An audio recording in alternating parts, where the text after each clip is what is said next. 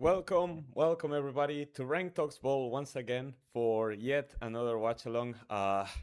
We're here a few minutes ago actually for Argentina against Egypt, crazy game, um, and we're here a little late because I had to upload my match reaction. Well, at first I had to get home, then I had to record my max reaction. It had to export from Premiere, then it had to be uploaded. I had to do the thumbnail. I had to do the thumbnail for this watch along as well because I hadn't prepared it because I'm stupid and whatever.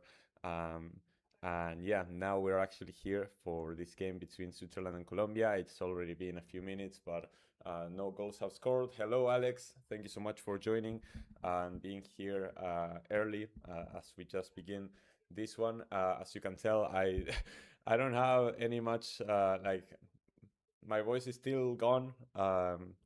Not in the best condition for this one, and I also think that my allergies may be coming back. It's too cold here in Buenos Aires, and being outside with not enough clothes also hurt me a little bit. But listen, I wanted to do this watch along anyway because one, Argentina's opponent in the quarterfinals comes out from this game, and I'm so happy that I'm able to say that because had Argentina gotten eliminated against Egypt, it would have been so depressing to watch this game, knowing that this could have been Argentina's rival if we had progressed. But now that we have progressed, we know that whoever wins this game is going to be playing against Argentina on Saturday the 11th at 10 p.m. here time here in Argentina. I don't really know what that is local time. I believe it's 2 hours behind, so it would be like 8 p.m. In the US, in the East Coast, I think. So yeah. Um, Besides that, I also wanted to do this watch along so that if you guys wanted to talk a bit about the Argentina game some more, we can discuss it here because I did do obviously we did the watch along and obviously I did my match reaction and you can check that out to know my thoughts on the game. They don't differ much from what I said in the watch along, but I kind of go more in depth into a bit more of the tactical thing and what I think Argentina could do going forward, which I wasn't getting on during the watch along. And also because the watch along it was so chaotic the end, and because I kind of had to sprint out of there to get here in time. Um, I didn't really get to speak much about the game after it ended, right after during the watch along. So I don't know if you guys wanted to talk more about the Argentina game. I'm here for it, and meanwhile we can enjoy this game, which should be a very exciting one between Switzerland and Colombia. Colombia has been one of the most exciting teams at this World Cup so far. They really should have, or I mean, they topped the group. They topped the Group K, and I think they should have been Portugal and come out of that game out of that group with 9 points. They came out with 7 and topping the group instead, and also they defeated Ghana in the round 32. A brilliant performance, even though Ghana was absolutely horrific on the day. It was a good performance from Colombia, who I still think that the Colombian team, they play really well, but what they struggle with is finishing their chances. So if they can be more clinical, they are a very dangerous team at this World Cup. Until they are more clinical, I'm a bit worried for Colombia. Meanwhile, Switzerland, they had that scare at the start against Qatar, where they had that they conceded that last minute equalizer against Qatar, which was really surprising because I was convinced that Switzerland were going to thrash Qatar, considering by how they both were coming into the tournament. But after that, Switzerland picked themselves back up. They beat Bosnia, they beat Canada, they beat Algeria pretty easily, and it feels like Switzerland has been growing into a tournament. Although they did lose Mazambi, which is a big loss for them, as it was their best attacker so far. I think they still have Embolo and they still have Shaka. Obviously, they still have some fantastic players out there, but I think that losing Mazambi is a massive, massive blow for Switzerland for this game and for the rest of the World Cup as well. We don't know when he's gonna fully recover, but for now it feels like he's gonna be out for a couple of games. And considering that we're already in the round of 16, a couple of games could be it. It could be the entire tournament. So we'll have to see when he recovers.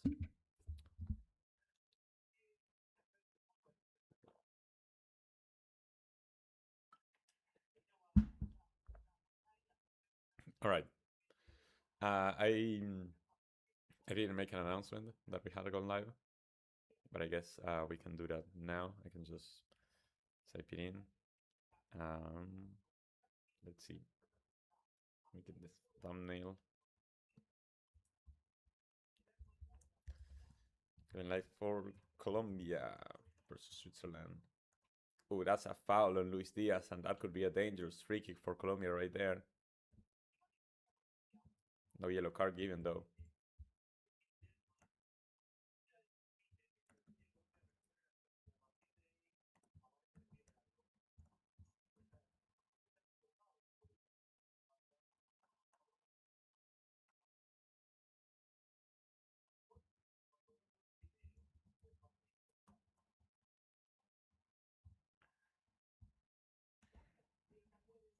All right, James, what do you got? Show me it, James.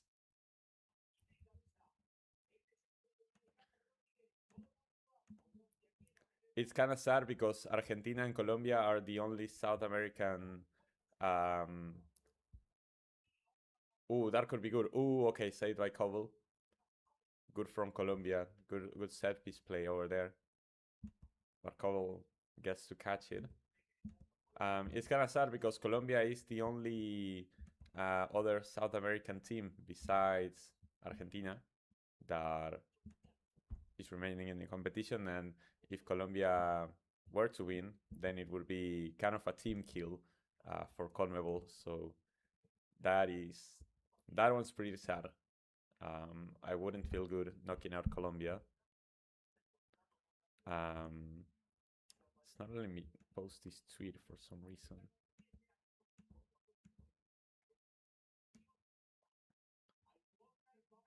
Oh, wait. So did it send the post? Hold on, let me check my account. Did it send? Oh, it did. Okay.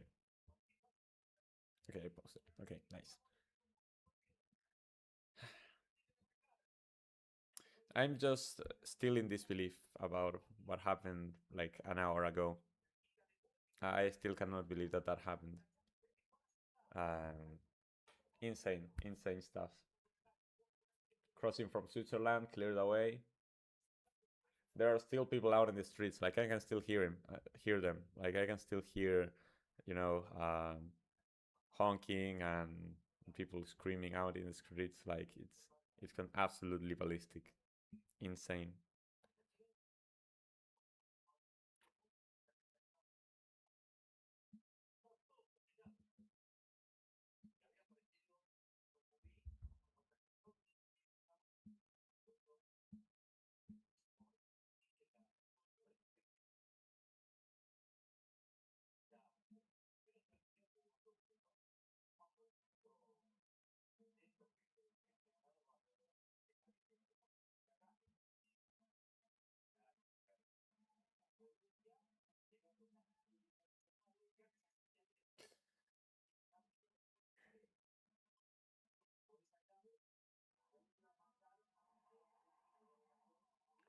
Ooh, that is a good through ball. Oh, great interception by Shaka to stop that one because James was putting in a crazy pass.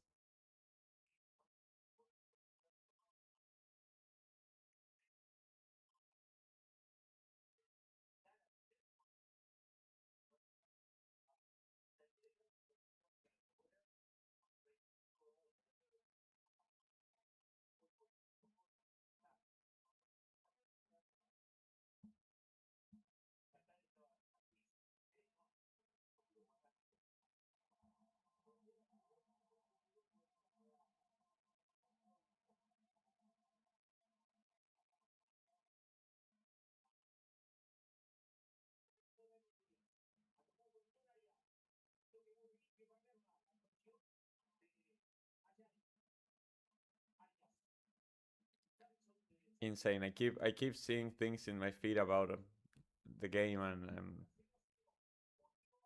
I'm still in disbelief that it happened.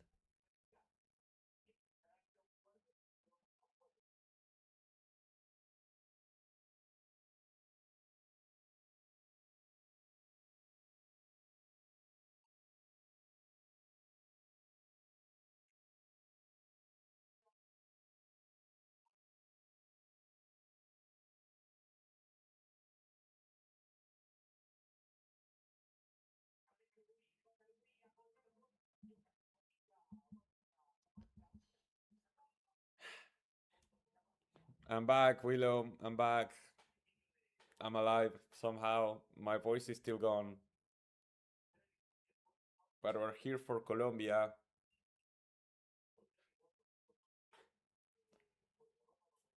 We are here for. Oiga, ¿cómo le va, parce? Venga, compadre, que está jugando la selección.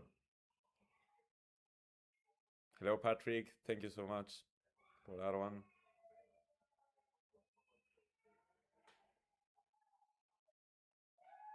That is a misplaced pass by Shaka Rodriguez, not being able to get to it, and it's a throw-in for Colombia. Can you guys hear that? Okay,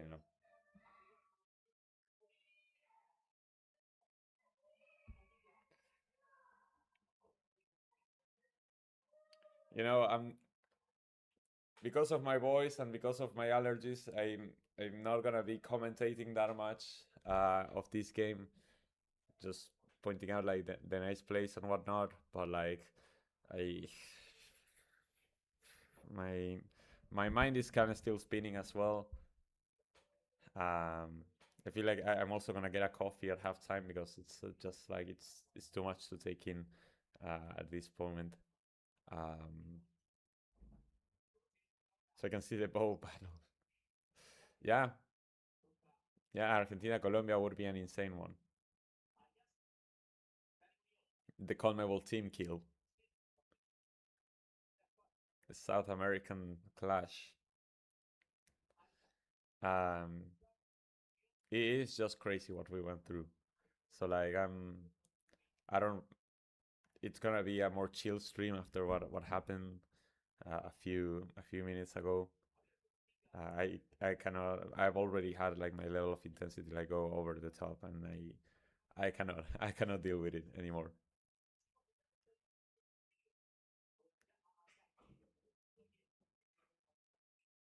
Ooh, good turn by Yandoye and Switzerland.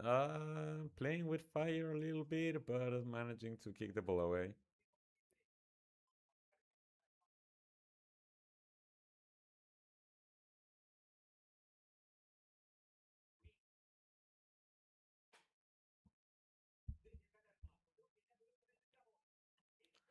Yeah, there is 2 days off before the quarterfinals at least. We have a couple of days without World Cup, which is gonna feel strange. Like I'm not gonna lie, it's gonna feel weird after we've had World Cup matches every single day ever for like almost a month. It's gonna feel weird to wait 2 days for France Morocco, um, but I can definitely use a few days of rest. I'm not gonna lie. So in that regard, I'm not really too mad about it.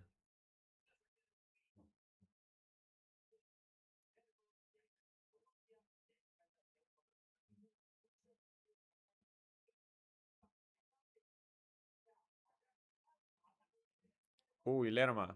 Lucho. Lucho with the shot saved by Kovel. Nice play from Colombia. From one side to the other, the ball reaches the most dangerous player, Lucho Diaz, who tries to curl it into the far post, and Kovel with the save.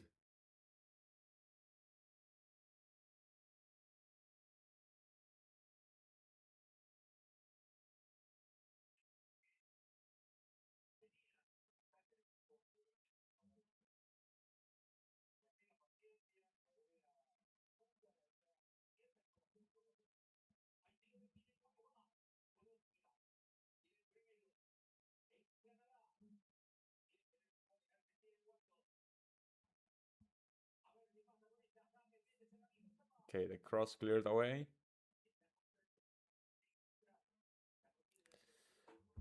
Mognorke, thank you so much for joining. Thank you. I appreciate it. I wanted to be here. It's gonna be a more chill stream because of my voice and because I can deal with the same level of intensity as a few minutes ago. But it's gonna be chill. We're just enjoying this game now, knowing that whoever wins, we're gonna play against on Saturday, and yeah, just talking about what happened in the Argentina game because it's crazy. Um, Regarding early, I doubted him, bro, but how could I doubt him? The goat proved me wrong. All players did, in fact. They did. They actually did. Um, I still don't understand how they won that game. Like I was going back and forth during my match reaction, which you can check out in the channel if you haven't already, or you can after this game as well. I was going back and forth about it. I don't really have an answer as to how they came back. Like in no world they should have made that comeback with the way that they were playing around the 75th minute. So like insane, insane. What a day, Albert. Yeah, it is. Thank you so much for joining as well. Uh, is Messi the only player left who played in '06? I believe he is because like Modric, Ochoa, and Ronaldo are no longer there, so he has to be. I am missing the first two games of the quarterfinals, but I watched the other two. Yeah, I mean because the first two are like Thursday and Friday, so like work days are a bit awkward. Yeah, I mean the parrilla went absolutely crazy. Richard was in Boca Juniors Steakhouse. The atmosphere would have been insane as well. The vibes.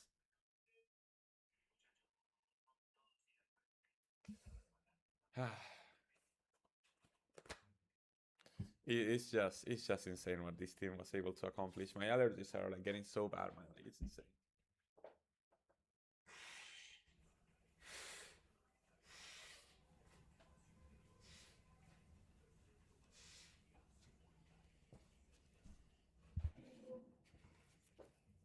Even though our level currently is far from sufficient to go all the way, I believe we will win.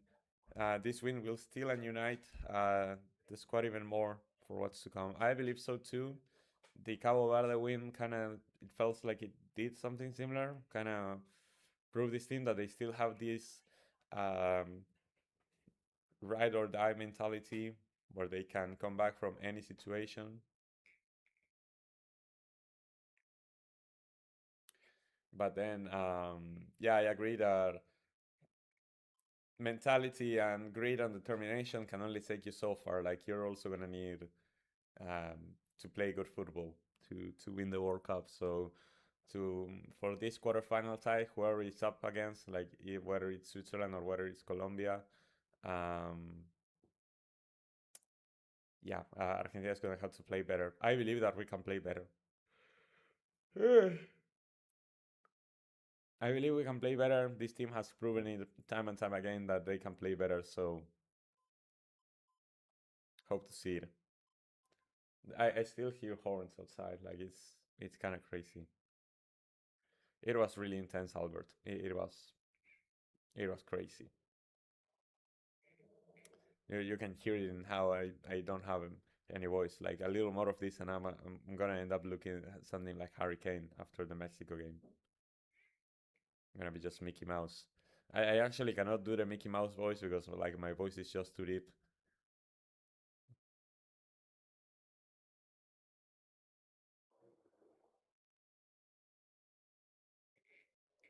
Yeah, even those teams like Uruguay or Paraguay, even if they're bad, they'll make it tough for you just based on grit and determination.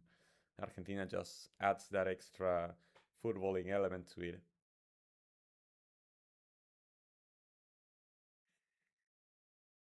Crazy. The turn, yeah, I saw the Valverde interview where he has the Mickey Mouse voice. That is funny as fuck. I still don't understand. Like, how can it go? How can it get that bad? It's crazy.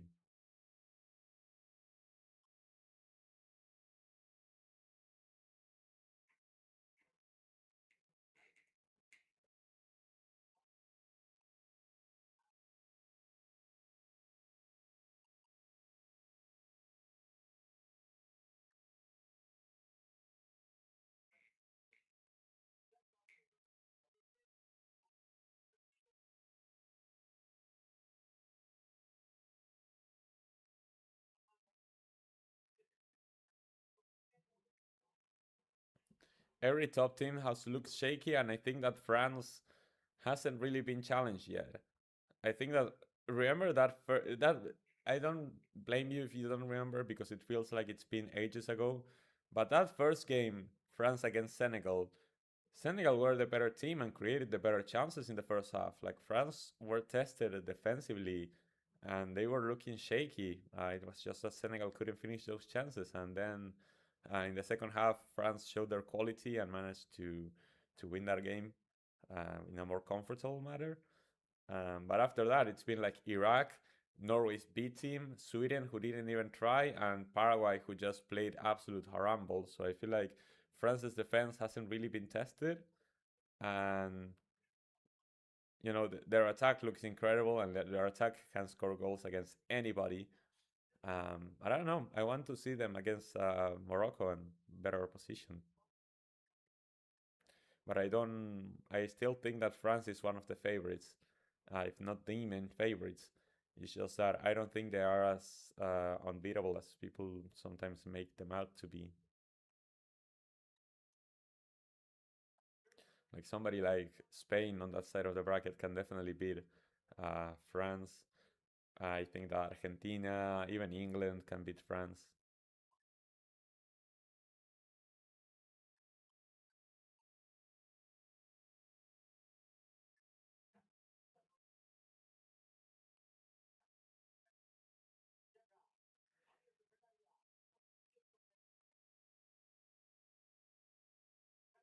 Yeah, Morocco will be a big test. Yeah, the depth in France is scary.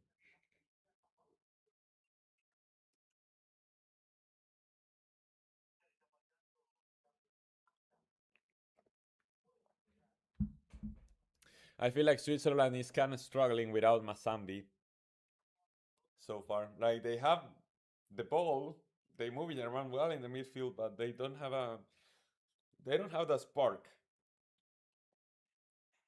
Colombia has shown better when they are on the ball. Oh, is this a jinx? Oh, Shaka gets dispossessed. Oh, he wins the ball back. Oh. Great save by Camilo Vargas. Great save by Camilo Vargas. I almost jinxed Colombia.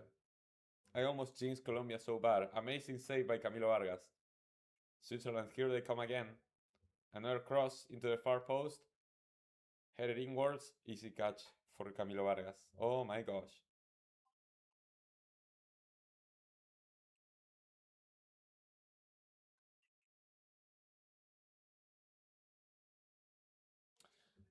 Yeah, I agree that France is the number one team so far.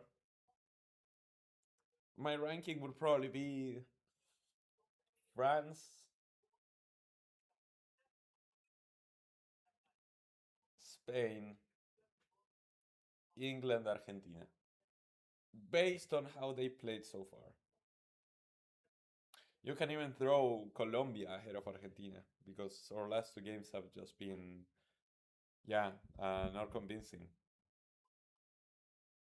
But I am convinced that Argentina can beat any of those teams and that we can be number one again if we play to the top of our ability. Spain were boring, but they are effective, Albert. They have not conceded yet. Spain are boring, but they are effective.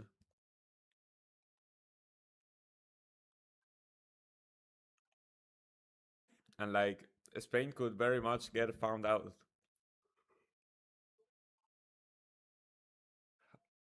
I mean, it'd be a huge surprise, but if they lost to Belgium, but I wouldn't necessarily be shocked.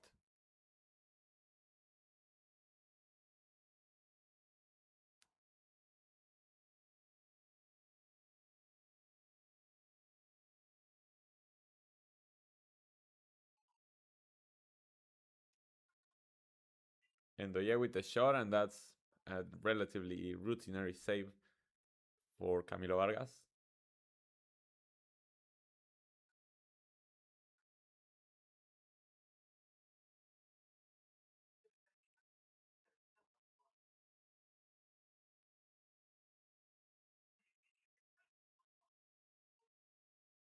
And Cole with the catch.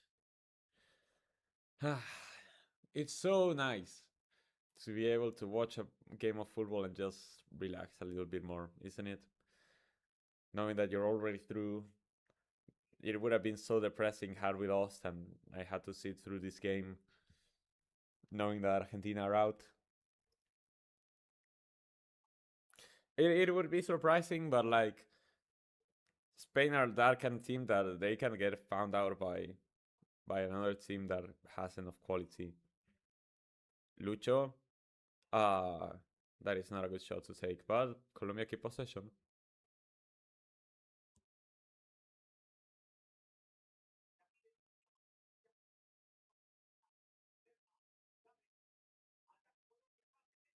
James with another cross. That is nothing. So it's gonna be a goal kick for Switzerland.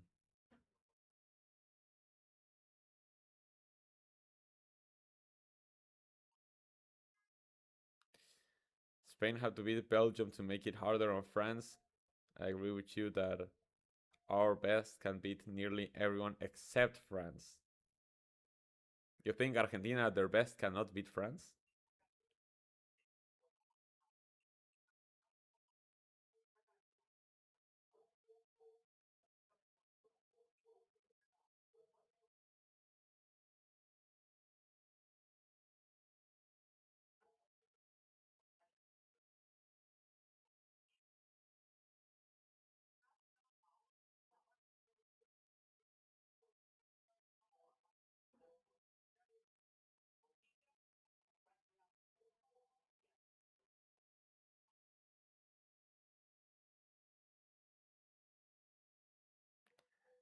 Fair, fair. Like everybody's terrified of that attack. That is fair. I just don't see them as invincible. Lukaku has been going crazy this World Cup. Like we blinked and Belgium are in the quarterfinals. Like when did that happen? Belgium are in the top eight once again after the disastrous Euros and Copa America and Copa and Euros that they had.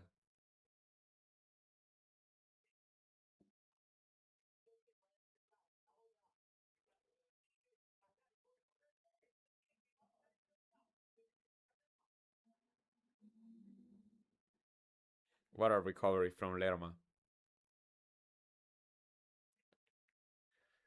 Their attack is too much. Kuti and Lisandro will have to put an absolute masterclass to hold them at bay. Possibly.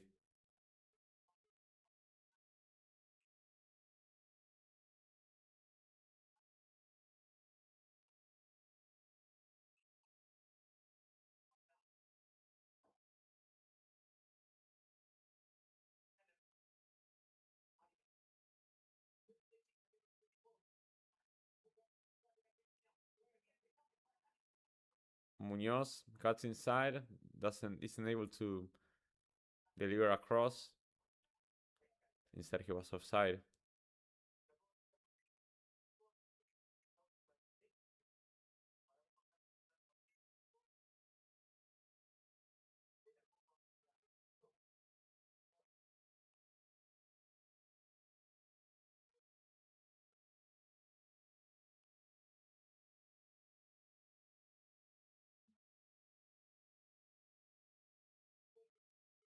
The press from Colombia is super intense. They're going for it. Cabo Verde, not Congo.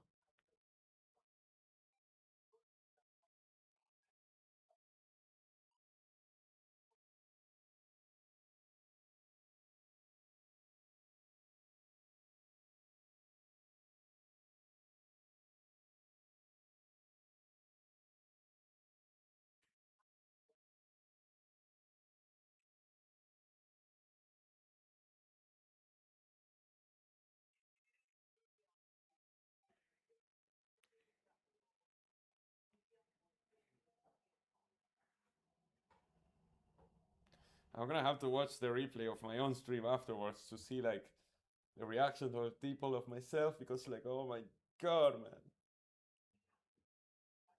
I don't know, I may have to turn that into a short. That's gonna be extra work, but I guess I can afford it now that um, there's gonna be some time before the quarterfinals.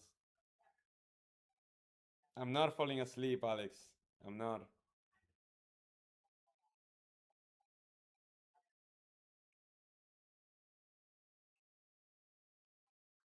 I do need to get better sleep. I'll give you that. I do need to get better sleep. Ooh, what a nice recovery from Colombia. They cannot throw Lucho Diaz on the run, though.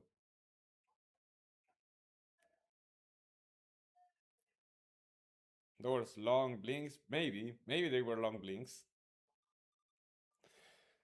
Chad, I think people are not allowed to blink anymore.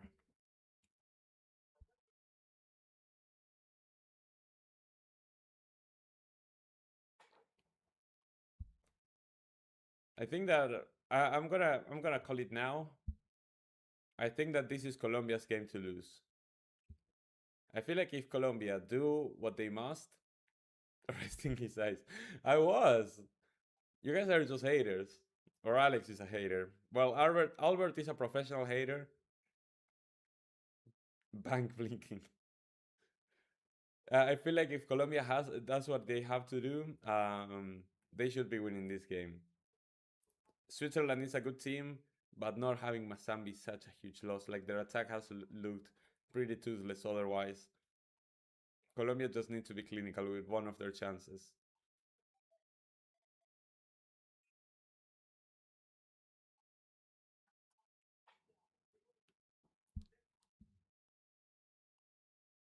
Nice from James, actually running to recover that ball, and Munoz puts in a cross. Oh, oh, Luis Diaz attempting a volley. Oh, Luis Diaz attempting an acrobatic attempt, and then the volley from Gonzalo Puerta goes out for a corner.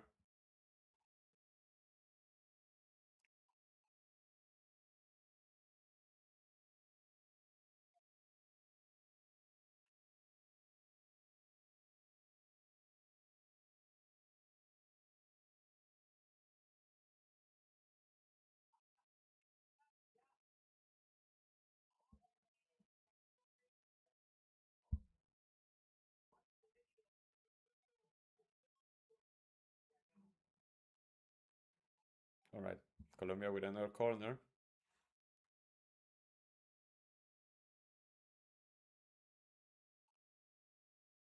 Oh, they gave us a goal kick. Wait, really? Oh, yeah, it was. It touched on John Arias last. It is a goal kick.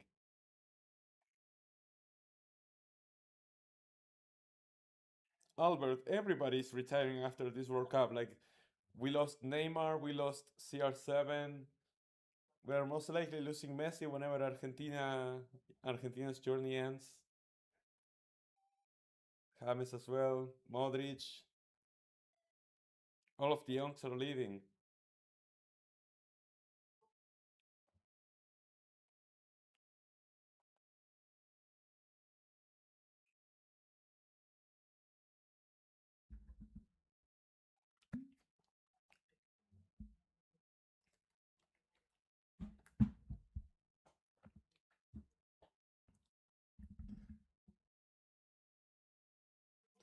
They're leaving, Albert. There's nothing we can do. We cannot turn time back. We still have not figured out a way to do that.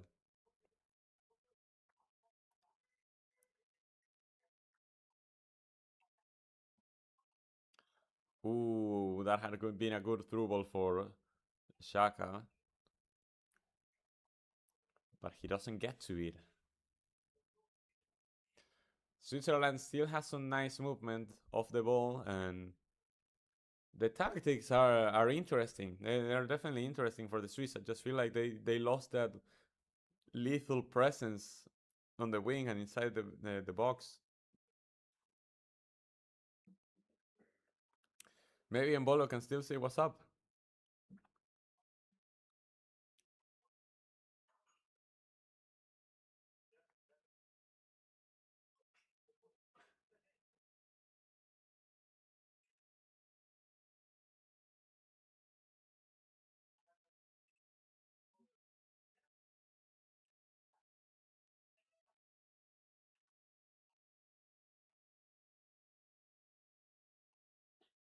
Okay, nice recovery from Colombia there. And now playing over for Mojica on the left. What is James? Oh, James is nowhere near.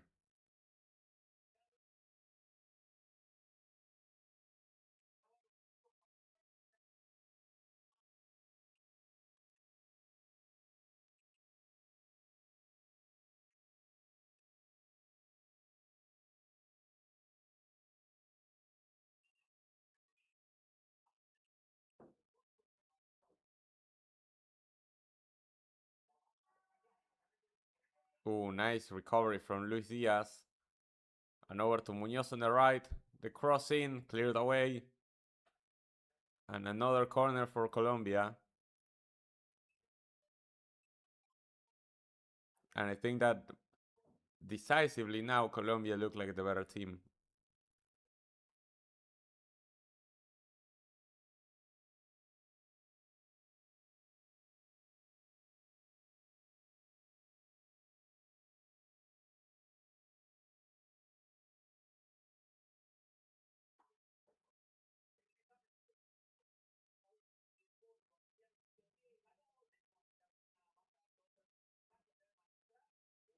Oh, that was awful set piece play by Colombia. Okay, but they recovered the ball before the counter attack can set in. Yesterday's game versus Belgium, I realized no, Pulisic's really level really is low 80s and not Cavara's ability. Yeah, we just had to see it once to be convinced. The LeBron James of soccer.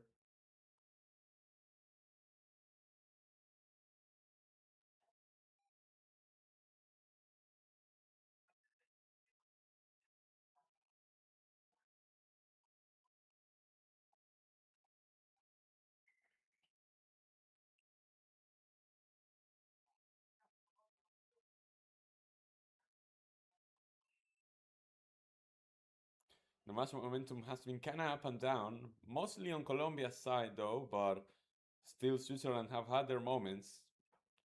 Hard to argue against that, but I just feel like Colombia are looking better and they have people in the box that can create a difference. I mean, for Switzerland, maybe like I said, maybe Embolo does something, but it kind of feels like Switzerland now has no end product. While they have a great team that can create opportunities, now who's gonna be there to make that pass or score that goal? It was it was Siktar. Thank you so much for joining. I'm still trying to process what happened over there. Um, you can check out the replay of the stream that we did, the watch along. You can check the match reaction that I uploaded on video format already in the channel as well. And now let's see what other players could make an impact for Colombia or Switzerland.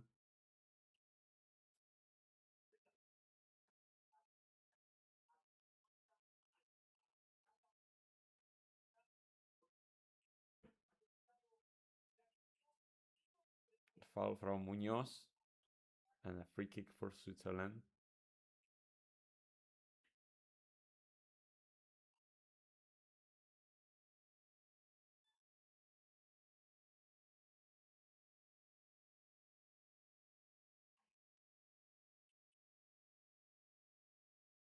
Let's see.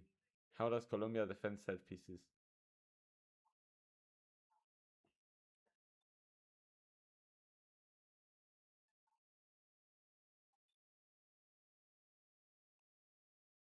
Okay, now we're going. Oh, they just played low. I really thought they were gonna cross considering how much they've been crossing this tournament.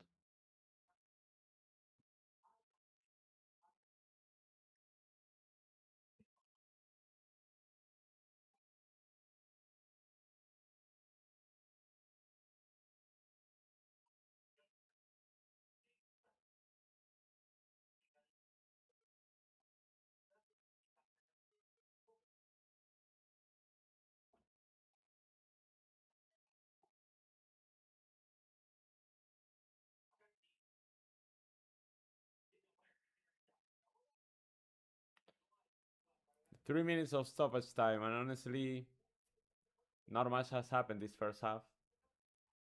I had a feeling that this would be a more entertaining game than it's been so far. Yeah, I mean, but Summer is just so incredibly washed, Albert. Like it's not even funny anymore.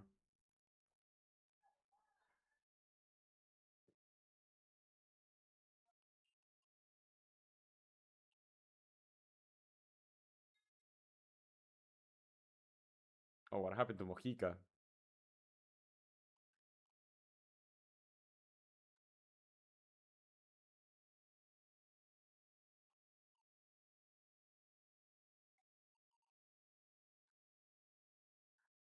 When is this Luis Suarez gonna take a bite into this game? We'll have to see.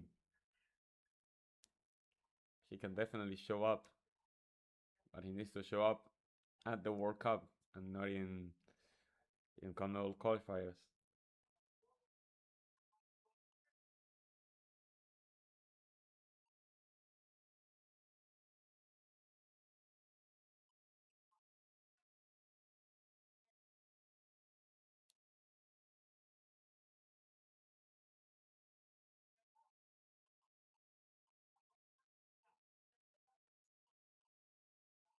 All right, the ref, the ref blows his whistle.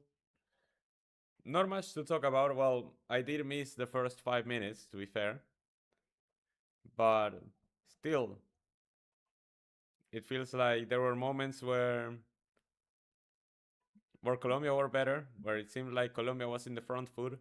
They kind of had no end product though, but that's the full problem with Switzerland. Like I mean, 0.06 xg for Switzerland, even with the possession being absolutely split in the middle.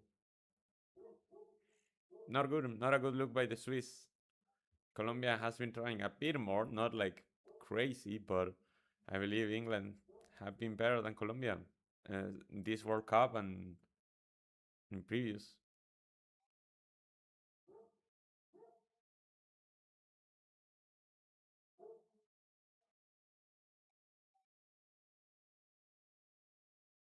Drink a Red Bull. Do I really look that sleepy? You know what? Just for you guys, I'm gonna go make myself a coffee. But like, even then, like it's not only that I'm tired, it's that I'm still like my my throat is sore. My adrenaline was here and now it's here. Um, my cortisol reduced, and all that, and also my allergies. So like nothing is really helping. Um,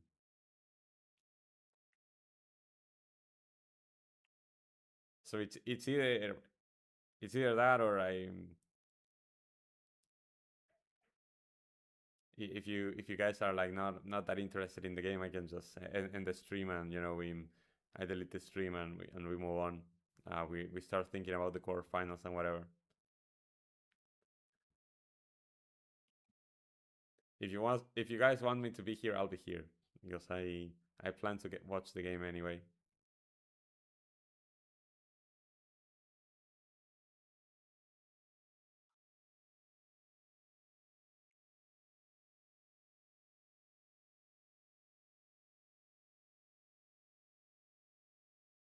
We ride, we ride on it. Pause. Pause.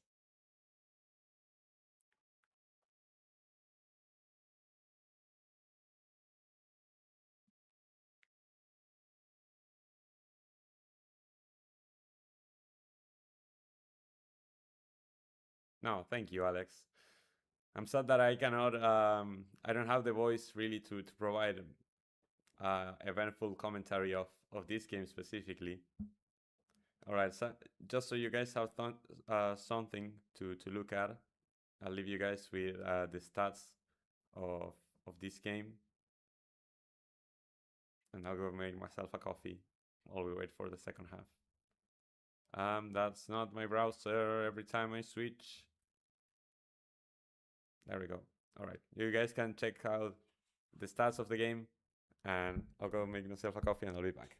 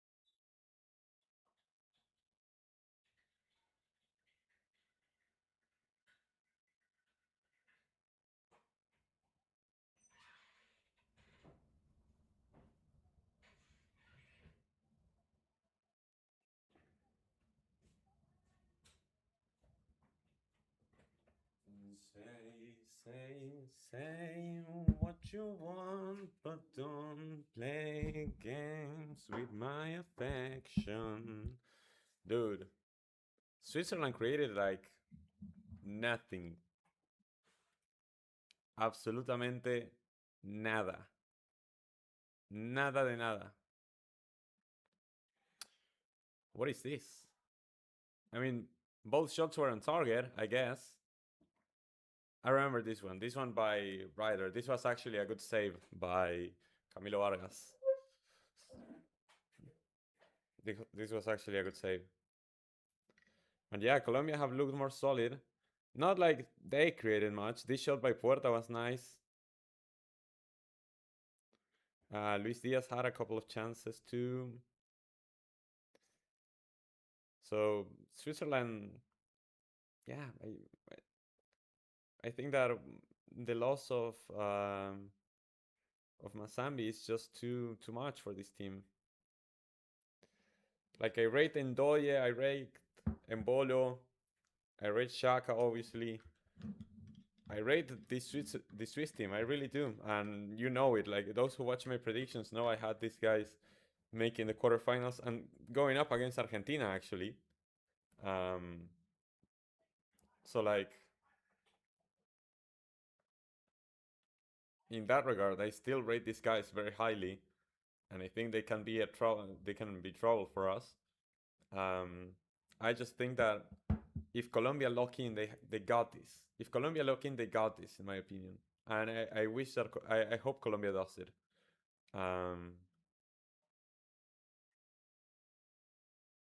Both are gonna be a difficult game, though. Both are gonna be a difficult game for Argentina. Most definitely.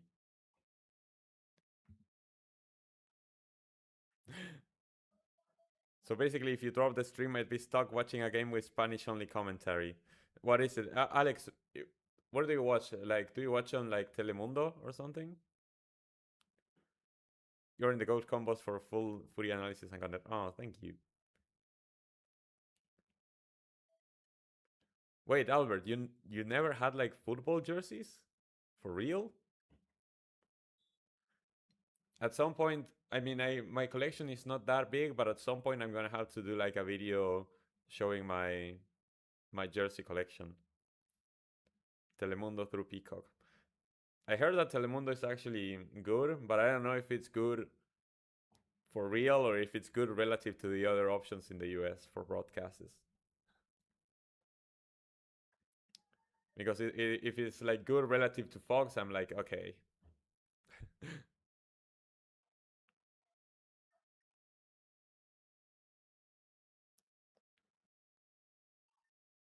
It's crazy because like football fans usually like the first thing they buy to themselves or like gifts they receive is like football jerseys.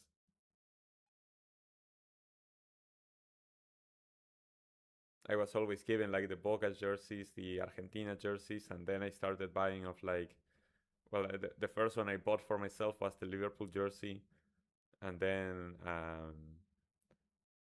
came the other ones once I had my apartment.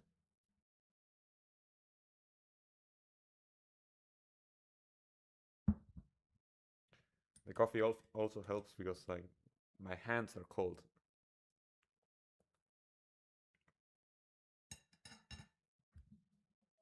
Oh, so you do have jerseys. International, mostly replicas. I mean, yeah. I think what how many original jerseys do I have? I have like 4 or 5 original jerseys. Most of the ones I have are replicas too.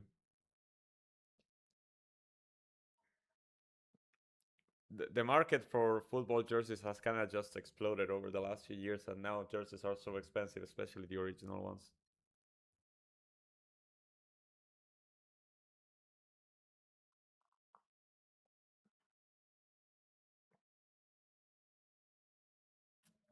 Vintage Claudio Pizarro jersey for Peru, nice.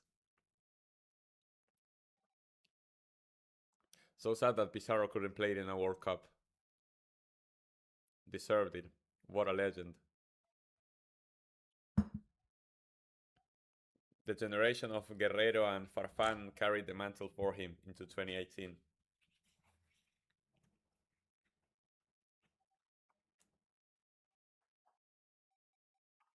I'm just gonna take my camera off like this. Disgusting. I'm disgusting. Disgusting.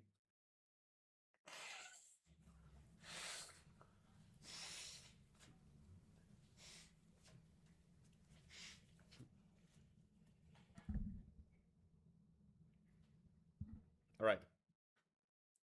The players about to walk out for the second half. Joko Sorrels, thank you so much for joining. I don't know if it's just me, but it seems like there is something wrong with all the teams wearing yellow but Colombia. They all look so faded, especially Brazil's. Yeah, like Colombia's yellow is like a true yellow. Like even this one that I have here for the graph, it's not like true Colombian yellow. Although I think that's at some point they had a jersey that looked like this, and now they have like more vibrant colors. Yeah,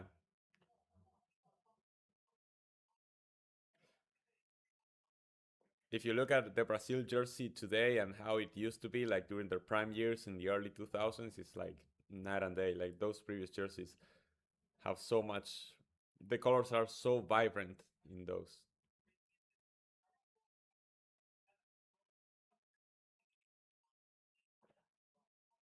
It's crazy. Like, how do you do a Brazil jersey wrong? It's Brazil, it's the easiest job to get that shirt right.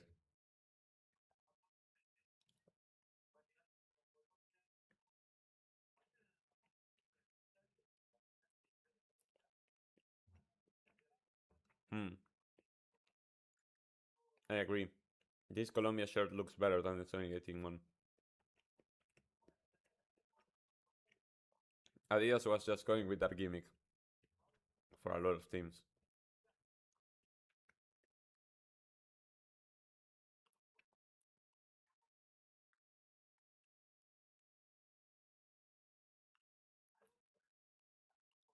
All right, countdown. Switzerland to take the first touch of the second half. This team promised a lot of entertainment, and so far, it hasn't really delivered. But let's see if it can deliver here in the second half. Switzerland against Colombia for a spot in the quarterfinals, the last round of 16 game of this World Cup, trying to find who is going to be Argentina's opponent on Saturday the 11th.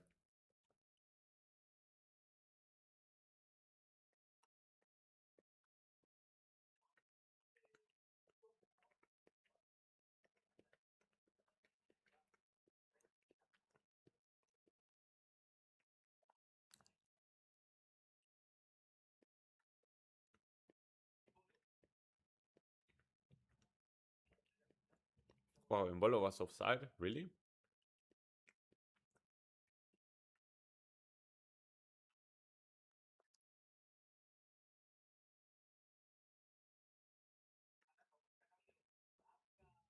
Hmm,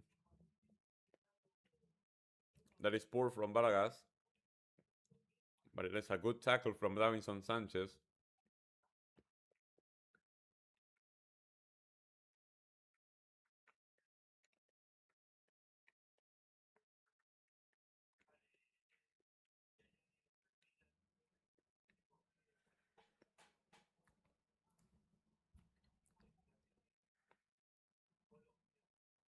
Best looking Colombian home kit since 2011-12 for me. Yeah, 2010 was kind of meh. What did 2011-12 Colombia home kit even look like? Like, I don't remember that. Colombia, was it the home kit for the Copa America?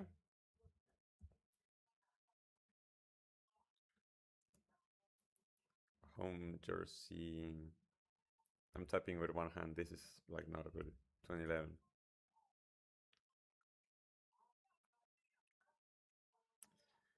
Ah, I see it. That is pretty clean.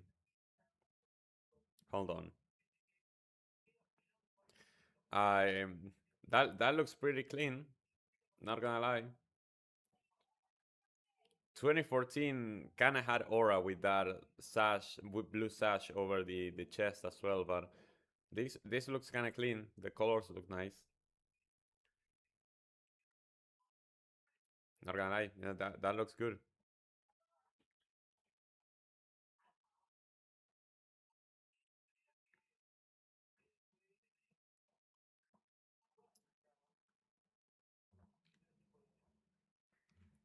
The only thing that I dislike about this Colombia jersey is the stripes being orange instead of full red. Like if it was red, just like the flag, I feel like it would merge so much better. The fact that it's orange, I don't know, it gives it like, I don't know how to explain it. It's like if it was like fake neon, that doesn't really sit well with the rest of the tropical vibe.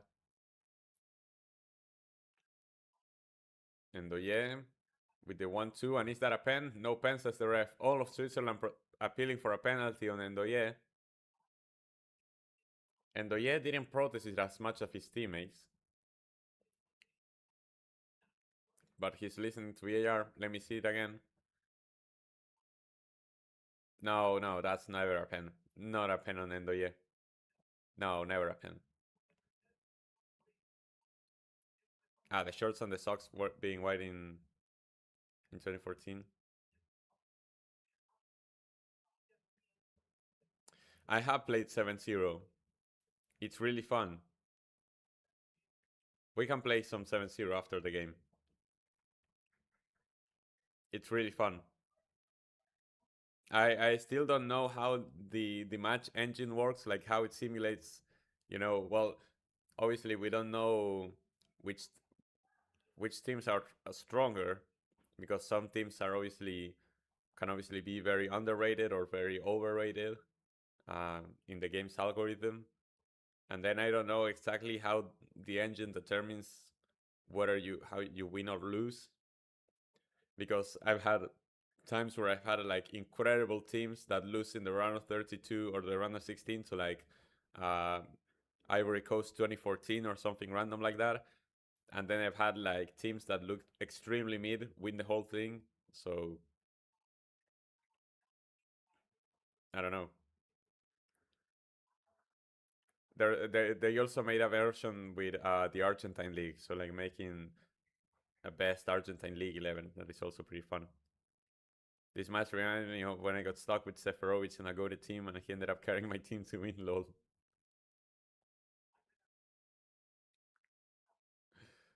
The goat Seferovic.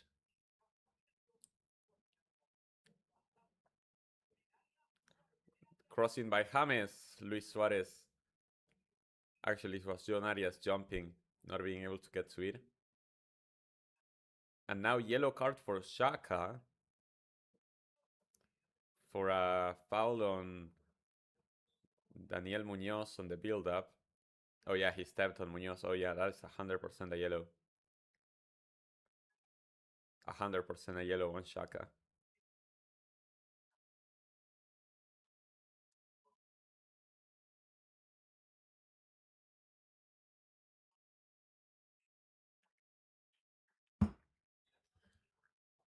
Switzerland have looked more expeditive at the start of the second half, not gonna lie.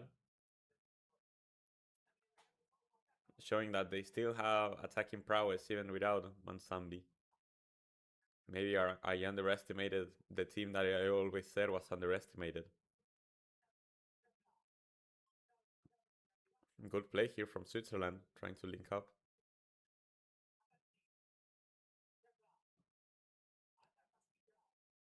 Jaga appearing all the way on the left. Oh, and that is a bad foul to give away.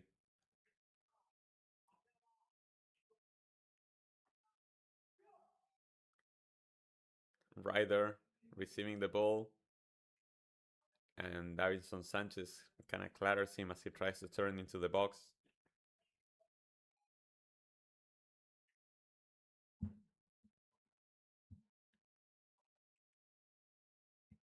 And let's see now this free kick for Switzerland, if it can amount to anything.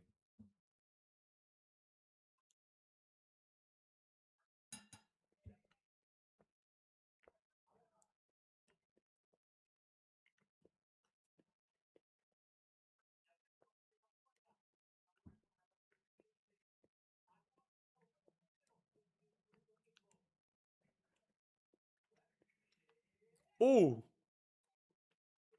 that was a good attempt by Ryder.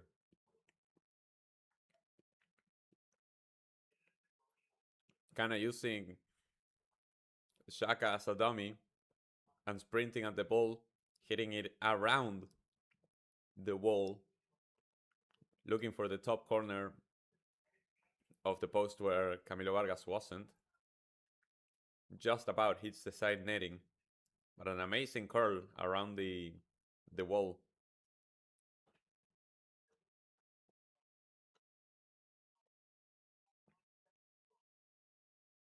I mean, surely we're not repping Shakiri in 2026, right?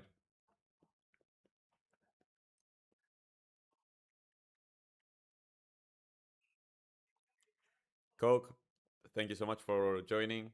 Welcome. How Argentina can suffer and win, but Brazil, if they face adversity, they crumble. I've seen this for multiple World Cups already.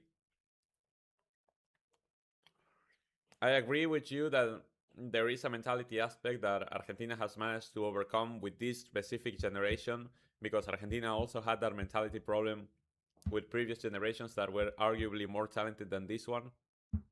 I agree that there's a mentality thing, but also you have to agree that Argentina has, across most positions, besides maybe the attack, better players than Brazil, and that the downfall of Brazilian football has come with the Europeanization of their game, their loss of identity on the basis of profits for the clubs and the league, and just trusting the old way of doing things when it comes to managers, having managers not be as involved in the tactics while having players that work better under specific systems in their clubs.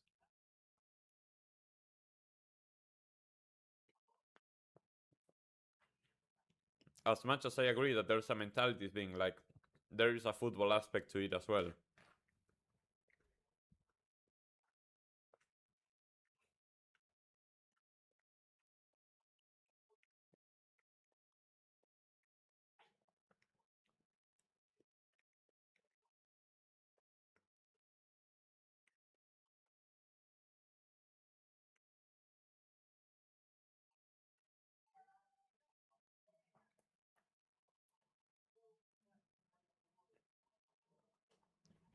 Like even Colombia, like I hate to say this, but I think that Colombia plays better football than Brazil these days and have a better team overall.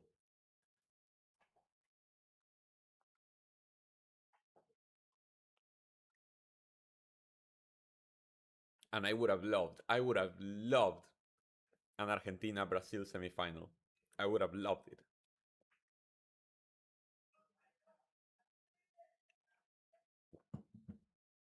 Imagine the vibes we could have had in Miami with a Brazil Mexico quarterfinal, and instead it's gonna be England Norway. Now it feels like cold. And to be fair, I did want England to win because, I mean, watching the downfall of all of the Mexicans was so satisfying on social media, and I did not want to deal with their arrogance if had they beat England. To be fair, Peru might eclipse them soon. Yeah, sure. Peru might become better than Brazil. There's like they have really good talents coming through, like, and also, and you cannot forget. So Peru is definitely on the rise. The Mexico Argentina rivalry will never die. I mean, it's a rivalry that they created. Like before 2022, I always rooted for Mexico at World Cups. It wasn't until 2022 that I realized just how annoying, cringe, and plain stupid most Mexican fans were, and how much they hated us as well.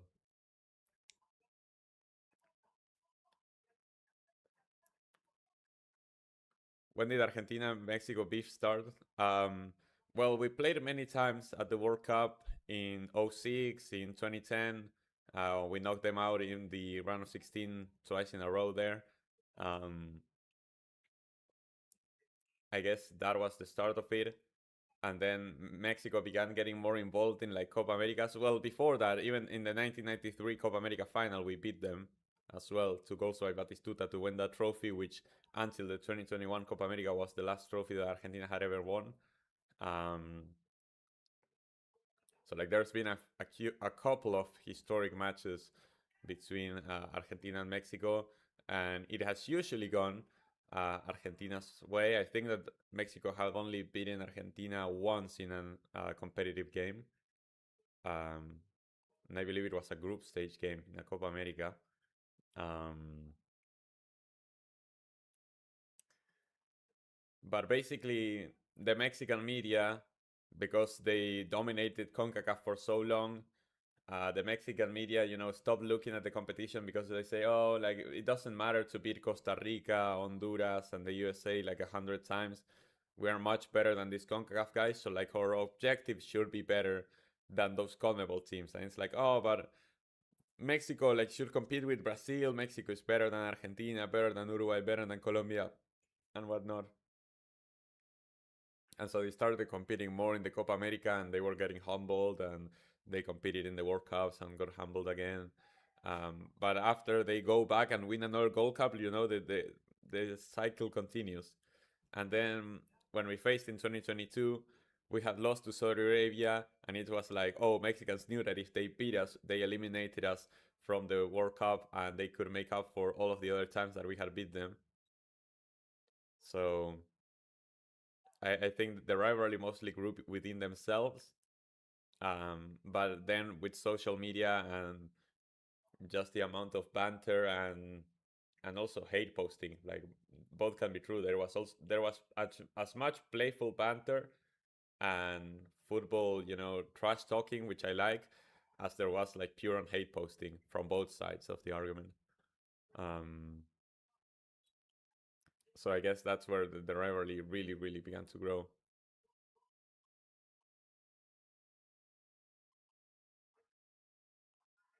Argentina has many rivals: Brazil, England, Mexico, Netherlands, France, Germany, Uruguay is there too.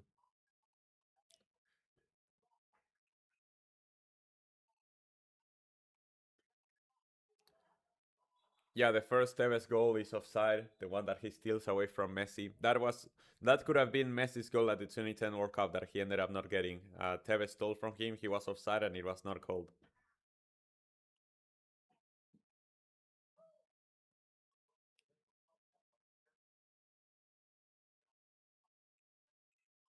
I can agree with this, Albert, honestly.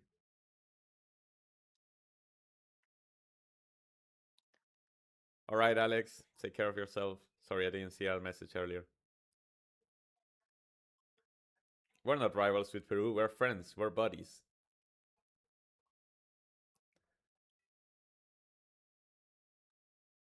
I just checked the Reddit and I can't believe how many people actually hate Messi. I mean, I get it, he's the goat, but always delivers an amount of anger and frustration is insane. It was always gonna happen, like with around popular figures. The same way it goes for Cristiano Ronaldo, and I don't hate Cristiano. Um, when somebody is really popular, and the Messi Cristiano debate has turned so tribal over time, um, all of the Cristiano fans are just gonna be tribal against Messi, while all of the Messi fans are gonna be tribal against Cristiano. Whenever he wins, they try to discredit him. Whenever he loses, they make fun of him as most as possible, and they lose their objectivity. They start looking at things through a lens and just not understanding, how reality works anymore. Like there are some people who it's just impossible to have a discussion with because they will refuse to accept another reality other than their own. They will get to a conclusion, and after getting to that conclusion, they will look for reasons to fill in that conclusion. They will say, oh, I'm a Ronaldo fan, so I hate Messi. Because I hate Messi, the 2022 World Cup was rigged. Oh, hold on, this is a chance for Colombia. Ooh, why? By Luis Suarez. They had recovered the ball in the final third. Luis Suarez shoots from distance and just about misses the target. The point I was getting at, and this is a comparison that I often made, Ronaldo fans, the hardcore Ronaldo fans, are like flat earthers. I compare hardcore Ronaldo fans to flat earthers because they will reach a conclusion and then they will look for the explanation. The conclusion being the 2022 World Cup was rigged, and then they will go back and look for the facts and be like, oh, there was this instance where the referee didn't call this foul and he should have shown a red card to Messi here, and this penalty is not a pen, and also Messi is like best buddies with Infantino, and like they form their opinion and they find like their evidence after coming to their conclusion. Flat earthers is the same. Like they come to the conclusion, oh, because I see the horizon being flat, that means that the Earth is flat. And after I reach the conclusion that the Earth is flat, I'm gonna go back and look up all of the evidence that proves that the Earth is flat, supposedly, right? Um, and then that makes it that whenever somebody comes with a counter argument, being like, no, the Earth isn't flat because there's like night and day cycles or whatever, and there's like seasons and whatnot. They're gonna have a counter argument for that, or they're gonna say that it's fake. Like if somebody shows you no, but there are pictures of Earth, from space, and they're no, it's fake. Like NASA faked those. And with Ronaldo fans, it's gonna be the same, and it's gonna be like that is a foul. It's no, FIFA is corrupt. So like there reaches a point where because those people are so set in their conclusion that they are unable to hear arguments that you cannot have a conversation with those people, and it's just sad because I think that we were robbed of having actual debates about two of the best players in history because everything turned so tribal.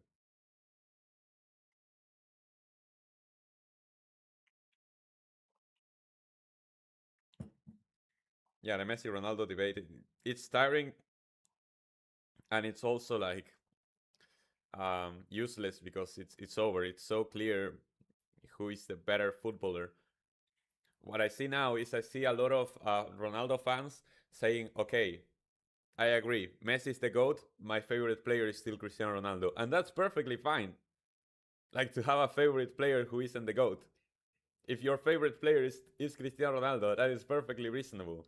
If you think that Cristiano Ronaldo is the GOAT, I'm sorry, like I cannot have a serious conversation because your eyes are failing you.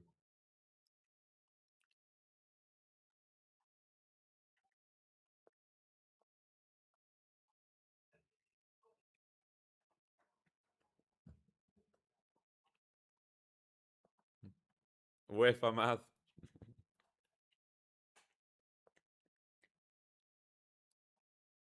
Well, Cristiano came out the other day after the match saying that to him the 2016 Euro is worth as much as a World Cup, which like considering it was Portugal's first ever international trophy, sure, massive achievement, incredible, absolutely insane. Um, the Euros is not as worth. It's not worth the same as a World Cup. Like I'm sorry.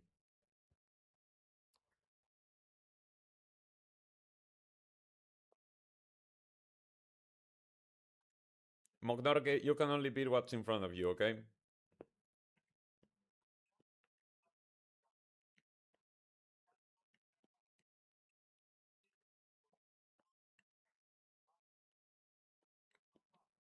But the winner of the Euros, if is the best team from Europe, the winner of the World Cup is the best team in the world. So like by definition, it's impossible for the Euros to be worth the same.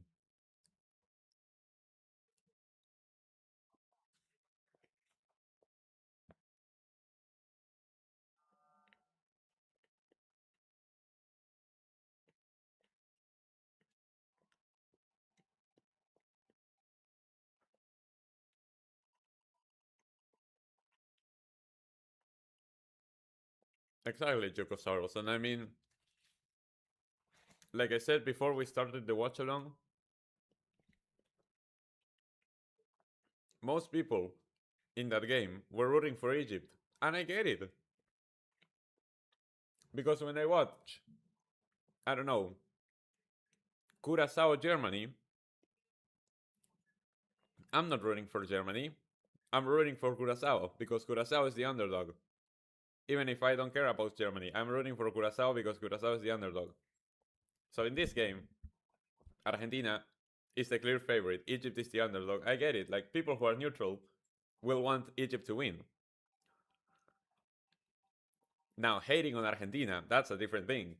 Like hating on Argentina is like, oh, okay, sure, you do you.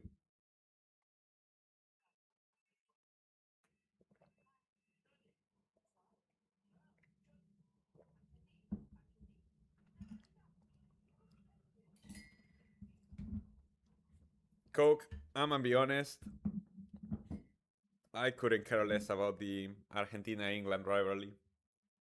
I couldn't care less.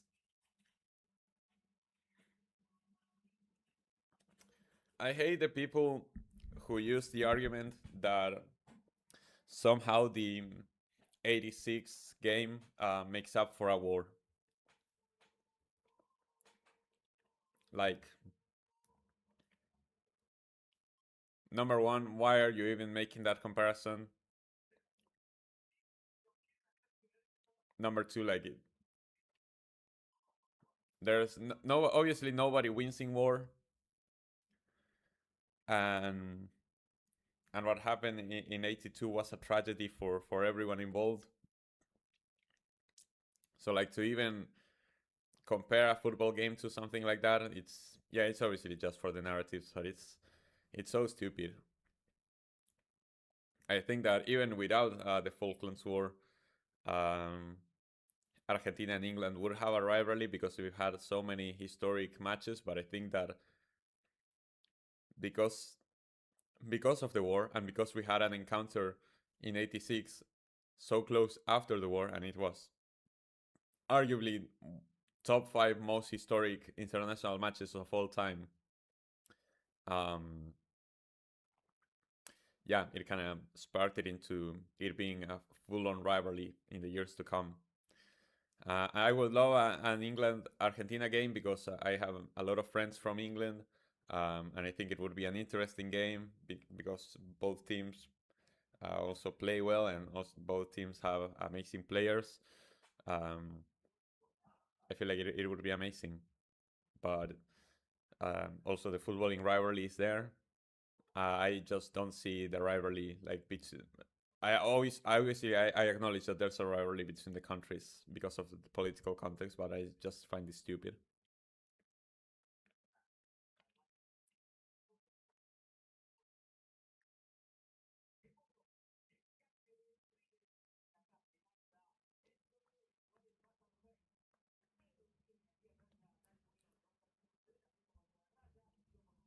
Because you know what? Because then you will have people here who chant "El que nos salta es un inglés," but then they are wearing, their Chelsea shirts or their Arsenal shirts or their Man United shirts, um, or they listen to Queen, they listen to the Beatles, they listen to the Rolling Stones, they listen to all these bands, and it's like, bruh. So like, do you really hate the English, or do you really hate the English, or are you just following a mob culture? Something that you were told since you were little.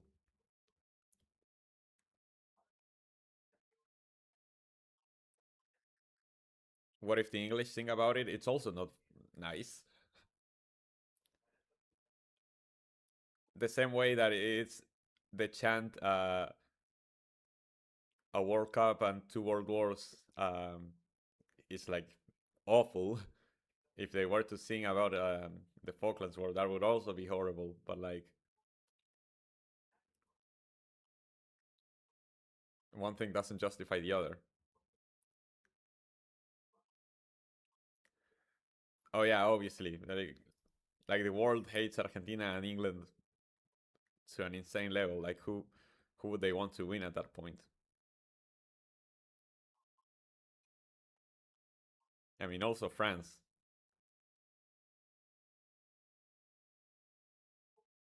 Heads up, the English will think about it probably. But I think it will be like a group. It will not be like a collective. The Argentina thing, I feel like it could be like I could even see the Argentina thing being pushed into like mainstream media, like not even kidding.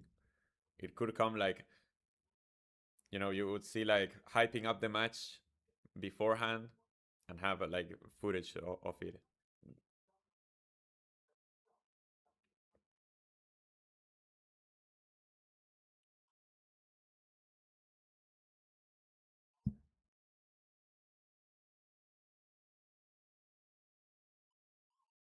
Ooh, Cole has to come off his line. There's been a game, by the way, happening between Switzerland and Colombia, um, where things have been happening. Where I believe a guy kicked a ball a few times. Oh, that is a good ball. Ooh, saved by Cole after Colombia tries to square it into the middle. Is offside though. I swear, remove offside from the game. Joke. No, I actually don't remove it. But like, offside takes away so much excitement from so many plays. Remember the time Messi scored the hand of God with Barca? Yeah, I do. One of the many things that Messi did that were like eerily similar to Maradona.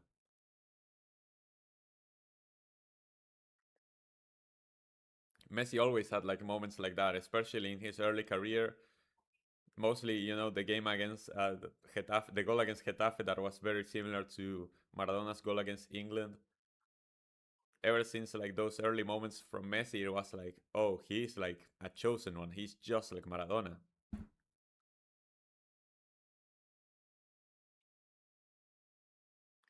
No, obviously, I wouldn't want to lose to the English.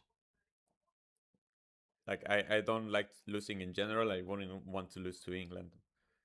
But the same way, like the main rivals for Argentina is Brazil. It's not England. It's Brazil. Brazil is our main rivals. Then you can make the case it's England. Then probably Germany, Uruguay, the Dutch, France, Mexico. But the main one is Brazil, and always will be. The Ankara Messi meme, yeah.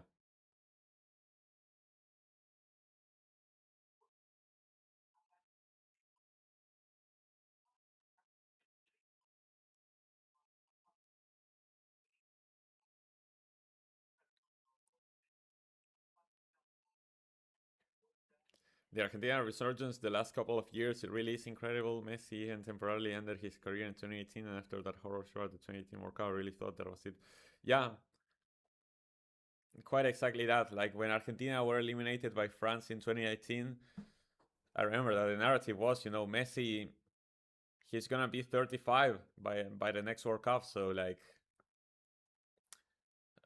he's probably not gonna be there. But even if he's there, he's probably gonna have like no legs. So like this was the last chance for Messi to do something at a World Cup, and he didn't. So that was it.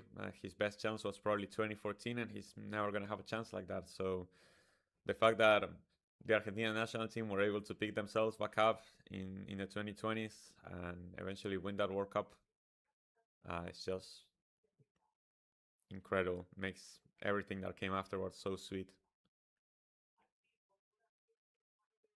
I didn't. Like we were here for Coke. We are here for the watchalong of Brazil Norway, and like I usually hate watch Brazil, but that game I was like, dude, Brazil are so bad that it's actually sad. It doesn't feel like you're watching Brazil anymore. Brazil have lost that spark, that element that made them fun to watch. Because before I hated Brazil because they were so good. I hated Brazil because they would taunt you with the ball. and they would run circles around you, and there was nothing you could do about it. It was a train wreck waiting to happen, and you could do nothing to stop them. They were so good, they were so dominant, and that was what I hated about them. Eventually, um, they kept winning, but they weren't, running circles around you anymore. And then they stopped winning altogether. And obviously, now it's kind of like the Brazilians will taunt you with words instead of taunting you with the ball, and that makes them even more annoying, while also being trash at football.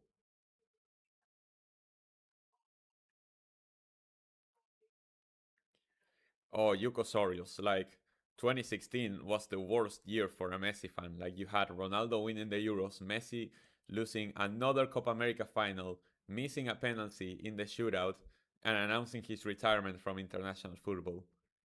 Like 2016, we were in the trenches, and sometimes I think we didn't celebrate the 2022 World Cup enough for what we went through during that period between 2016 and 2020. Sometimes I feel like we didn't celebrate enough to make up for all the banter we received. Um, and which is why I kind of want to win another one. I kind of want to win another one. For that, Argentina is going to have to play better. But believe it or not, if Argentina wins 3 games in a row, they'll be back to back World Cup champions. So we just need to lock in. We need to lock in. That is it.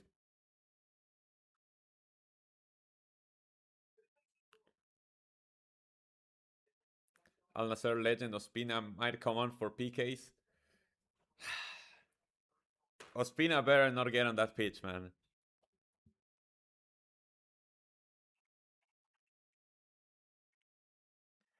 Yeah, the way that Messi returned to qualify Argentina to 2018 was insane too. That hat trick against Ecuador lives forever in my memory. Speaking of which, I love how Simeone is the only legend I've seen who wears a kit during the game. That's true. I actually hadn't thought about that because you saw everyone on the stands like Agüero, Maxi Rodriguez, Cambiaso, Zanetti, even the older legends like Batista, Ruggeri, um, all of the other ones. Pumpido was there, Kempes was there in the stands, um, and the only one wearing an Argentina jersey was Simeone. You're right about that. I haven't even thought about that. You're so right, Yokosoros.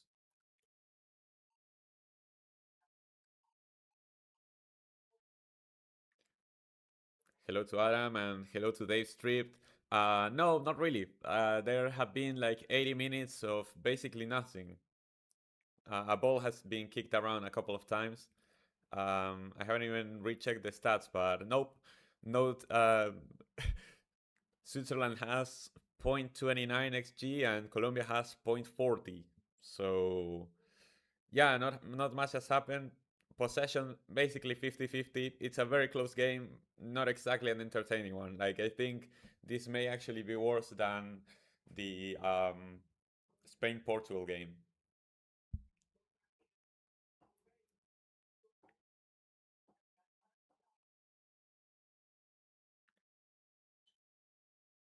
Luis Suarez was wearing a jersey too. Yes. Two substitutions for Colombia. James hasn't been on the pitch for a long time, by the way. Like Quintero came on a few minutes ago. Now Lerma being subbed out for Richard Rios. And also, Luis Suarez subbed out for, who is that? Cucho Hernandez?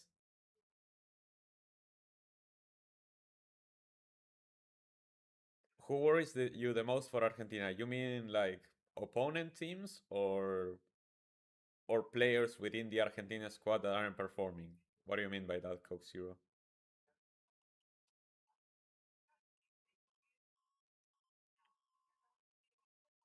When Yes keeps his man, and that's going to be a corner for Switzerland. Opponent. Um, I think that the best team is France, obviously, right? I think that the best team is France. Like HH was saying today, I think that while Spain is going to be an incredible tough game, I think that we actually match well into Spain, matchup wise. Um, a team that I'm low key scared about is Norway. Because if we have to deal with a striker like Haaland, and don't get me wrong, like in the Premier League, Cuti Romero and Lisandro have won their battles against Haaland in the past. Uy, Kovel with the clearance. That was dangerous. It's offside anyway. Like, don't get me wrong. Cuti Romero and Lisandro Martinez have won their battles against Haaland in the past, but like, Norway look like a very well-oiled machine that just plays for Haaland all the time. Sorlos being a huge winger, not even Sorlos, like you have Nusa, you have Oscar Bob, you have Shelderup, who had an amazing game against Brazil, Odegaard with the delivery, Patrick Berg in the midfield, Nyland looked like a good goalkeeper as well, Ayer in defense, so like Norway looks like a very well drilled machine that plays towards their star player, and that star player is looking absolutely unstoppable. So like Norway is a team that worries me because they are one dimensional. They do one thing, but they do it so well, and it's so worrisome for Argentina with the way we've been defending. Like Norway is a team that can expose us so easily if they get the ball to Haaland in a good position. So Norway is a team that low-key worries me a lot. If I had to say, obviously, I think that the best team is France. No, Spain are really good, and Spain uh, are one of the favorites too. They haven't conceded. They're looking really solid. Like Spain have grown into the tournament after an underwhelming group stage. I think that the game against Switzerland was extremely convincing, and while the game against Portugal was boring, Spain were on the front foot. They never suffered really, and they won it cleanly. And there's nothing you can take away from that. So like Spain are growing at the right time. They play Belgium next. If they get past Belgium, suddenly they're in the semifinals. And the last times that France and Spain have played against each other, I think that Spain has gotten the better of France. So um, I think that Spain definitely has an argument. I'm just saying that even though I agree that Spain is a great team, I think that Argentina, matchup wise, are better into Spain than other teams, for example. I think that Argentina would struggle with this iteration of France. Argentina would struggle against this iteration of Norway. England would be a bit of a 50-50. I think if we were on our A game, obviously we need to improve based on the performances against Egypt and Cabo Verde. Otherwise, we might be cooked. Um, but I still believe in these players and in this team. Yeah, I can imagine. Like Sweden was the Scandinavian team that was known for football. At times, maybe Denmark. The fact that Norway is doing what they're doing is kind of insane. And you know, Sweden reached a World Cup quarterfinal not too long ago in Russia, but the thing about Norway is that Norway looks like they can go far, man. Like you're looking at that game between Norway and England, and you're saying, I don't know, Norway has a chance here. And if they have a chance against England, don't they have a chance against Argentina or Colombia later? And then what if Norway goes up against like France? What if Norway are suddenly in a World Cup final? Are you gonna bet against them? So what Norway is doing is just absolutely incredible.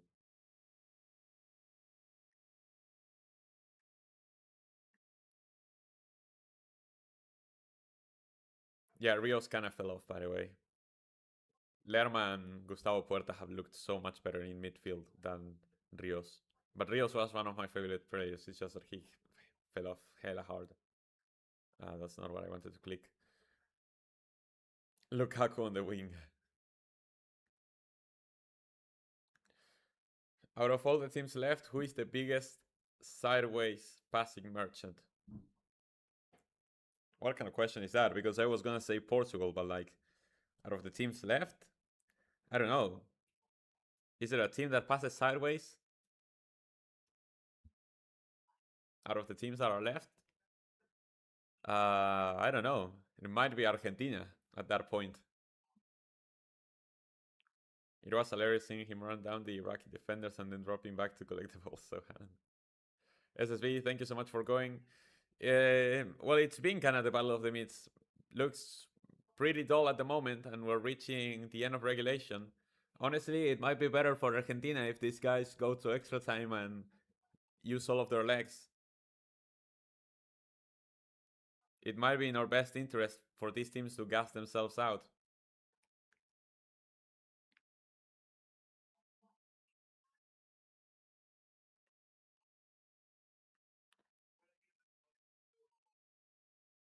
England beats Norway.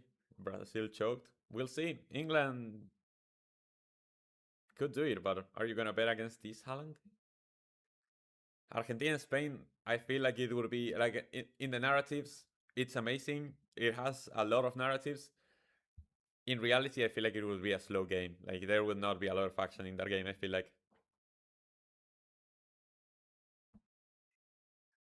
England are the masters of kids so far. Yeah, but you could say the same about Argentina. I feel like Argentina have been the masters of kid more than England. But you know, England did it against DR Congo and against Mexico. Argentina did it against Cabo Verde and Egypt. It's kind of been the same.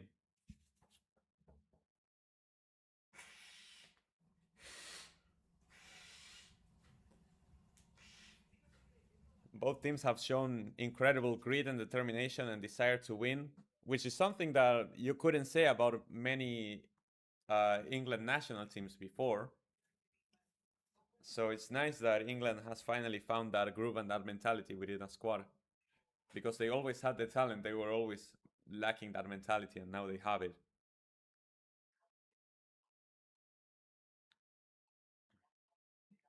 Brazil lost control of the match way before Neymar came in.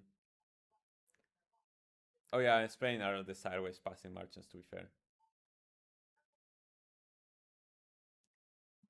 1,000 passes versus Russia and Morocco, undisputed sideways pass merchants.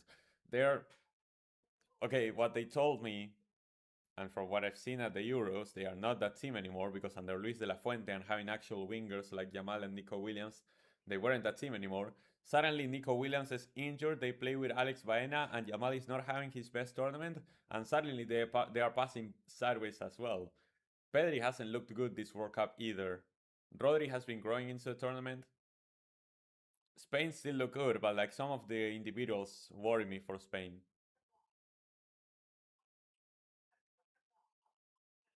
Argentina could be the last team from CONMEBOL. Yeah, were Colombia to go out here? Yeah.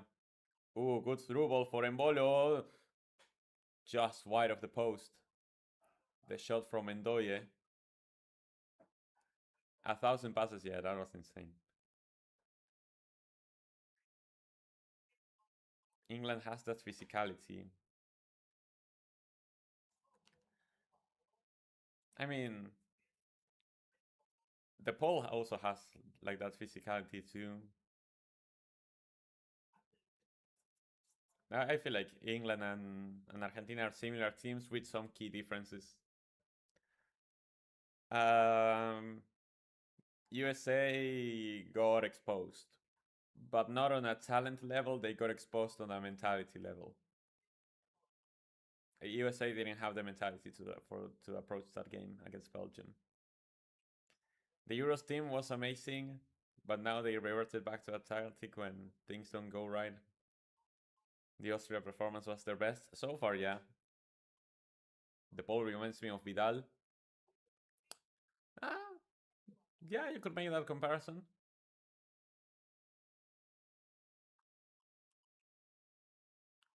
Mentality wise. Yeah,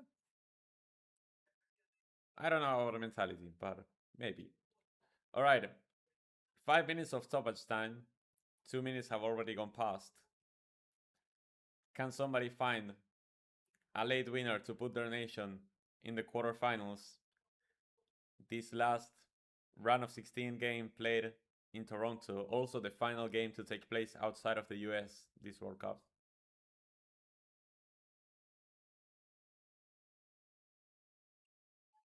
Switzerland on the ball.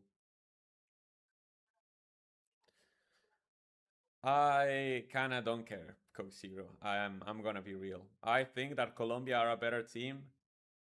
Um, but also we know Colombia. We've faced them many times before, and I feel like even though the games have been very tight, I feel like usually we find a way through. Why hasn't Infantino helped his nation? That is a really good question, Albert. Why hasn't Infantino helped Switzerland? Or Italy, for that regard?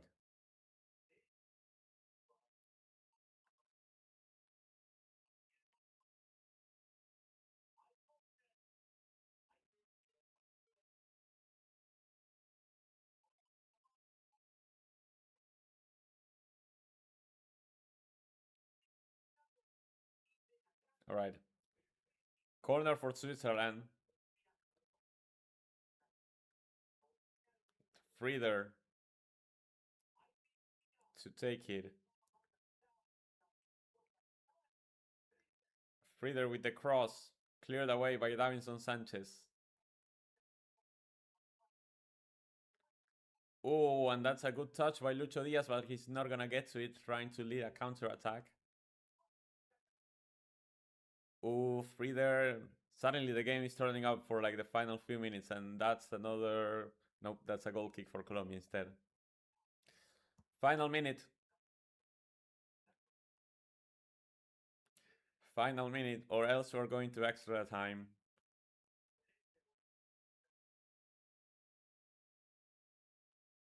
And I mean, can't lie, chat. So far, from what I watched, and I didn't watch the Paraguay Australia game, which most people said was awful because at some point they kind of settled for the draw.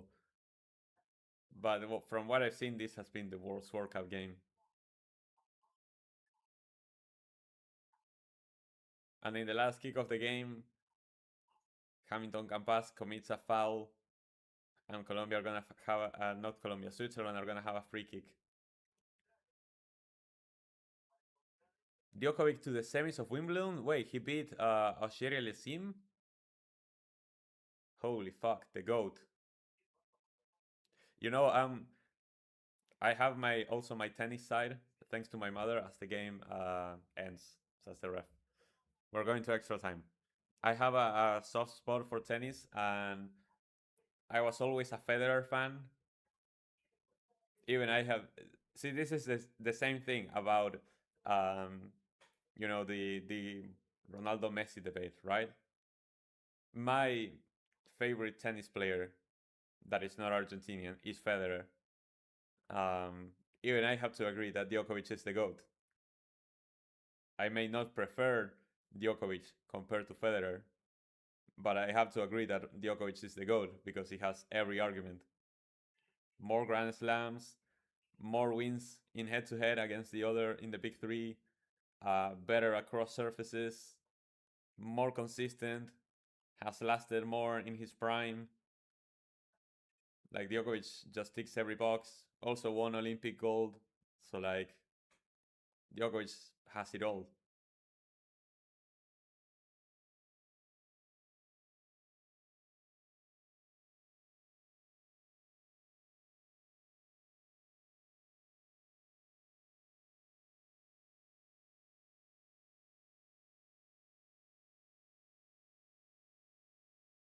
Nadal still the goat for winning as much as Muller buys. What does that mean?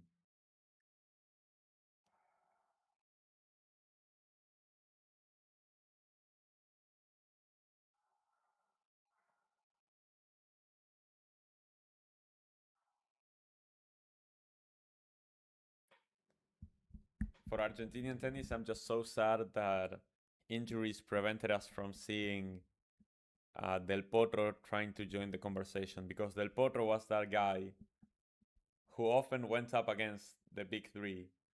And if it wasn't for his constant injuries, I feel like Del Potro could have won maybe another Grand Slam, maybe a few more titles against the big three. Um, Perhaps been top one in the ranking at some point. He got up to top three at some point after coming back from multiple injuries, which was insane. Oh, chronic foot condition. Fair.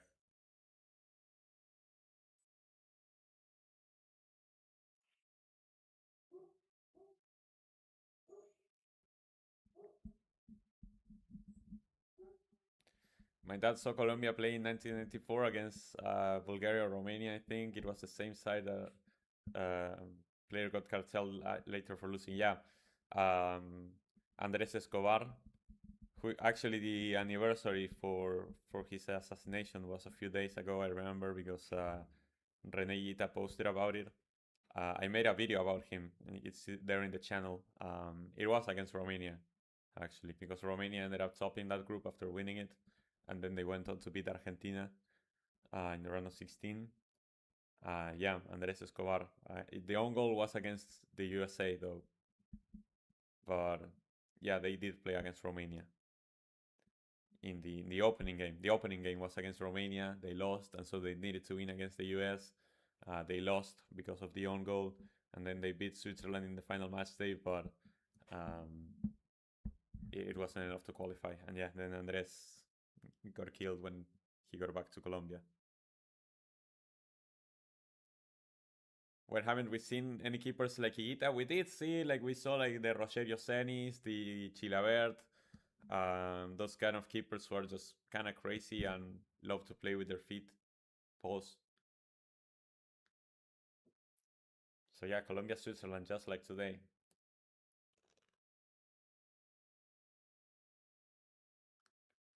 We need now Camilo Vargas to do the scorpion kick save.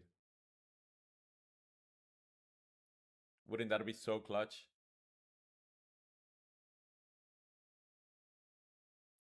SSV, what does that even mean?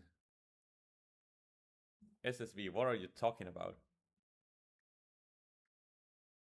Midfoot, what? What? SSV, what are you waffling about?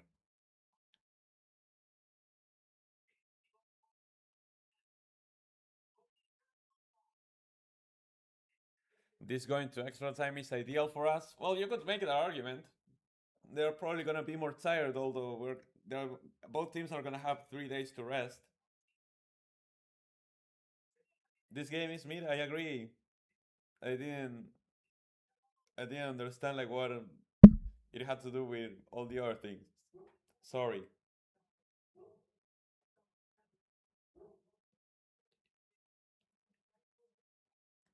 More Yakin, yeah, he looks like a model, but like a really old one. He's like I was gonna say something. He's like a DILF, you know, ranting, watching the highlights so far, and yeah, it was probably like 1 minute of highlights, and it was boring as shit. Colombia is a decent team, but they are poor in the offense. I agree. Like if James Rodriguez isn't providing any delivery, the strikers aren't really doing anything, and so it's Lucho Diaz or bust for the offense. Hello, Mr. Krabs. Thank you for joining us. We've just started extra time here between Switzerland and Colombia. So you're not concerned for either of these teams? No, no, no, it's not that. I think that whoever we face is going to be an extremely difficult game. I mean, we struggled against Cabo Verde and Egypt for crying out loud. Like, of course, we're going to struggle against Switzerland and Colombia as well. I'm just saying that these teams have their weaknesses as well. And if Argentina can play to their full potential, we should be favorites. But for that, number one, we have to play to our full potential. And number two, even then, these teams are going to pose massive threats to us. I have not turned the heater on. I should probably. Otherwise, my apartment is gonna be a freaking igloo in a moment. Ooh, Quintero with the cross cleared away. Campas. Oh, everyone is appealing for a penalty, but there's no way in hell that's a penalty. By the way, I would rather face Switzerland though, although they look pretty solid. Switzerland are solid. In my predictions, in my original World Cup predictions video that you can also check out in my channel, I said that we would play Switzerland in the quarterfinals and that we would win on penalties.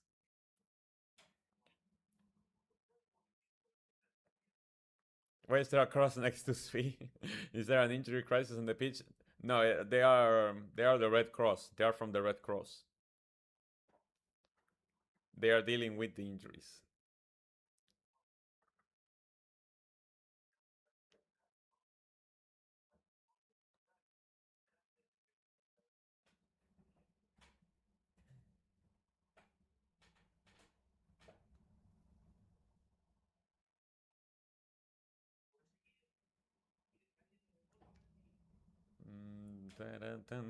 To same.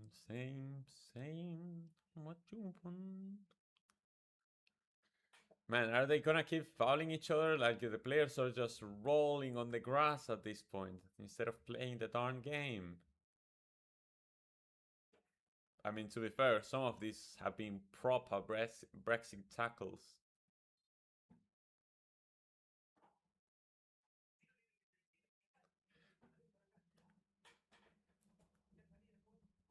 Chad, is there a better, like, modern football term than Brexit to describe something? Like someone in a football context tells you like Brexit anything, and you immediately know what they're talking about.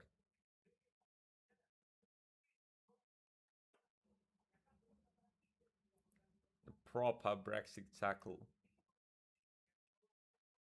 And there goes another, and a yellow card for Davinson Sanchez.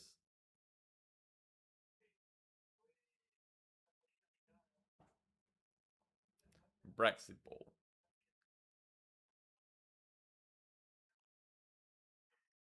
Coke, no, it wouldn't. Come on. No, it wouldn't. And the two penalties that Argentina has gotten this World Cup, actually three. They have all been penalties. I kind of forgot that we also got a penalty against Jordan that Lautaro scored.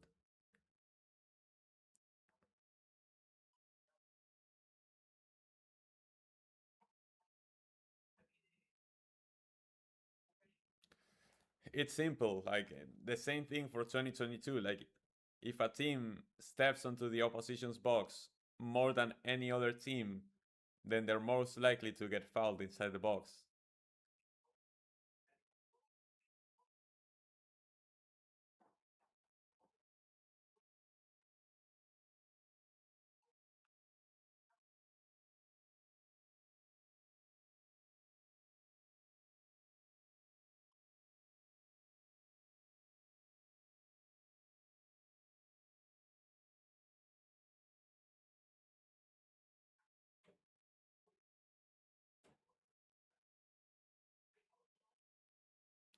Proper CONCACAF ref. Dude, it was so funny. Now people pointing out that the ref for France Morocco is Argentinian. Like, come on, bro. Like the ref today was French. Like if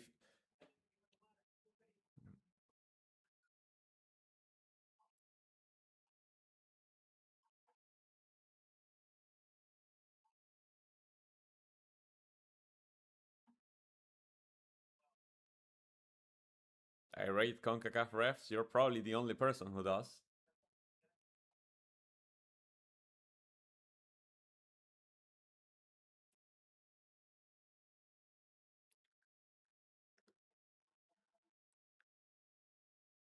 I agree, Guitar. Referees deserve more respect. Most people who try to discuss refereeing calls on the internet showing either a slow mo replay or even worse, a screenshot, and trying to act like they are professionals just because they think something or have an opinion without actually ever reading the rules of the game. Just, I don't know, it ticks me off when people speak about something that they have no idea about. And I say this, and I was one of those people because I used to argue against refereeing calls even after reading the rules of the game. After having to study the rules of the game for my job, I suddenly understand referees a lot more and the decisions that they make.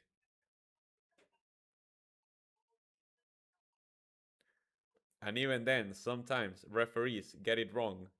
Does that mean that there is no corruption in football? No, of course not. We saw what the Ballon or red card thingy was. Of course, there's corruption in football, and there was, and there will be. And of course, there are people who bribe referees. Like that's real. It's real. Obviously, it's real.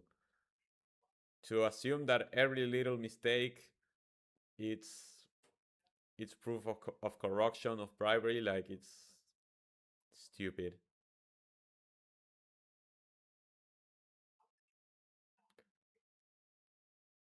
Oh, what a save by Cobble! Oh, what a save by Cobble! The crossing by Juanfer Quintero, the header, and I don't know if it was Cobble or the crossbar, but Switzerland escaped.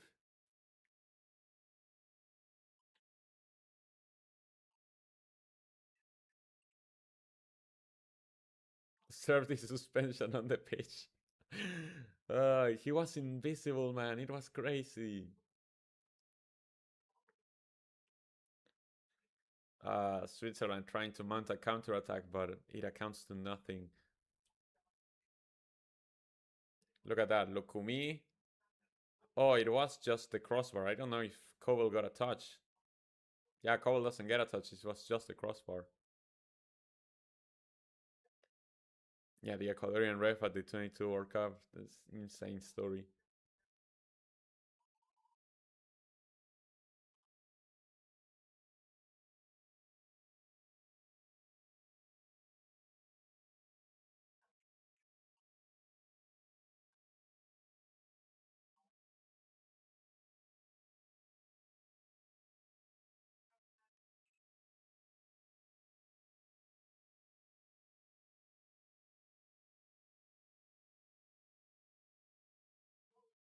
Oh, so doesn't manage to beat the press from Colombia, and that's gonna be a foul.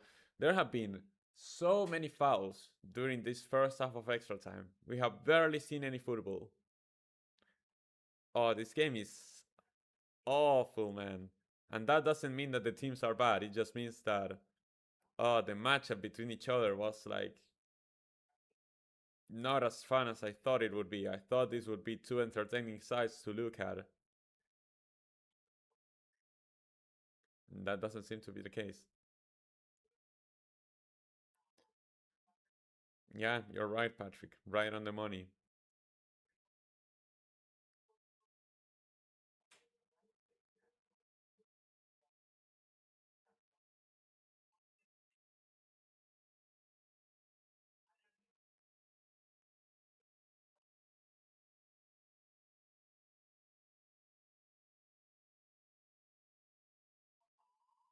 Ooh. Campas actually trying to shoot on target. You know, Albert, Hamilton Campas, here in Argentina, he plays for Rosario Central. They call him El Bichito because his idol is CR7 and he celebrates with the Sui. So, like, if you still want to see CR7 potentially win the World Cup, you have to root for Colombia and Campas. Uy, Cowell has to clear it off the line, but that most likely is a foul because they charged against the goalkeeper Arsenal style.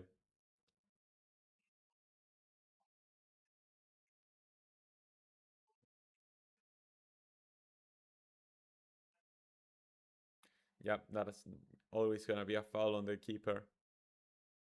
Vamos, Colombia.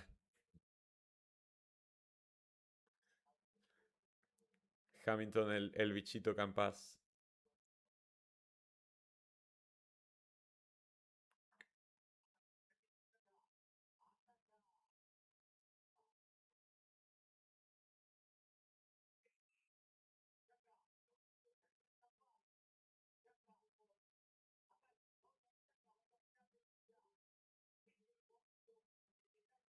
Oh, Shaka. Can he find a pass? Yes. Garnacho would also be the closest to seeing Ronaldo win the World Cup, but he isn't here. Willow, I kind of agree with you because these guys don't seem interested. I mean, obviously they're interested in it, but these guys don't seem less scoring. Is that Vargas coming on for Switzerland? Rider is off.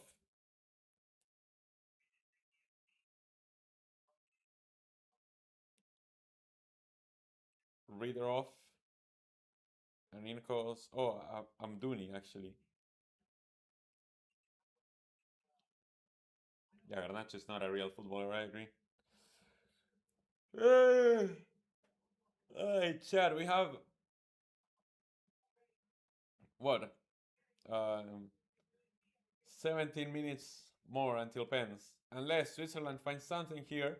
Switzerland with the shot. Oh, it's saved by Vargas. Amazing save by Vargas. Very clutch. The, Colombia clear it away. Oh my god.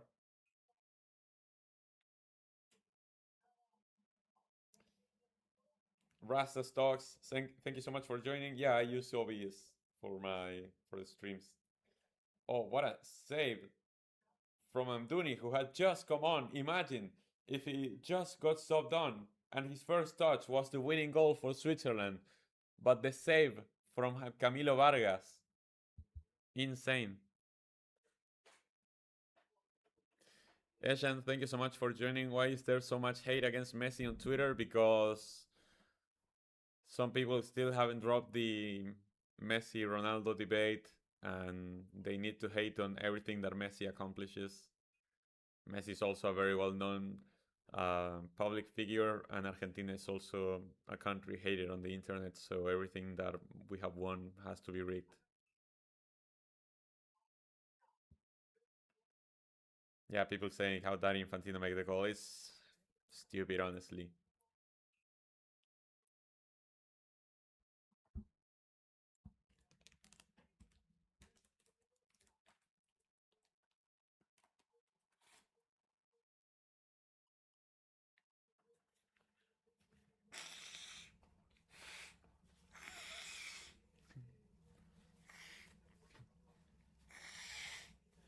Don't worry, Mr. Krabs. We never interpreted it like that. We never thought it was you the one who's saying that. Jeez. Ref, just blow the whistle. We don't need to play. Oh my god, another minute in the first half of extra time. 1 minute of stoppage time.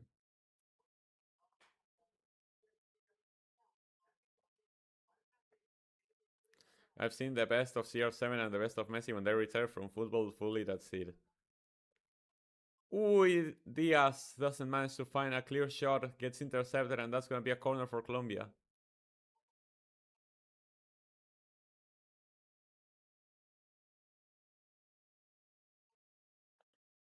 Amazing first touch by Riecha Rios, who then gets past a defender and tries to square it for Luis Diaz. His shot takes a deflection.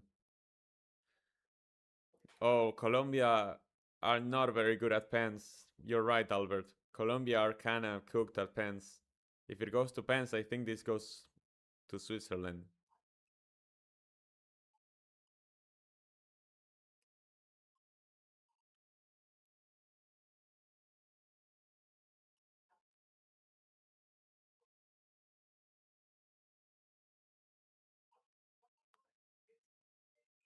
Quintero with the cross, cleared away.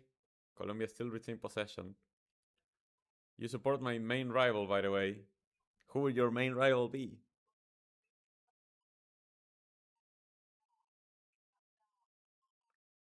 Ah, shit. I hate that the clock cannot go over 100 in this thing.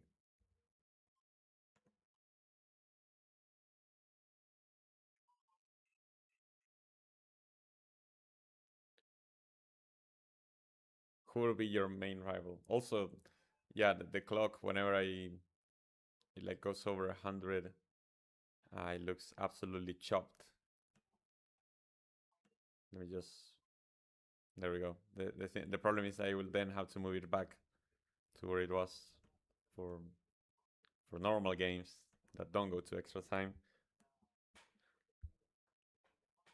Oh, Liverpool are your main rivals. So United fan? I don't imagine you're an Everton fan. So United fan, I'm guessing.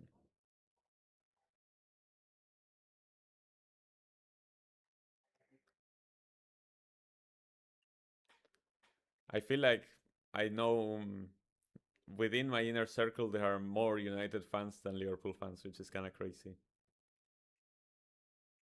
Nah, is it crazy? I don't know.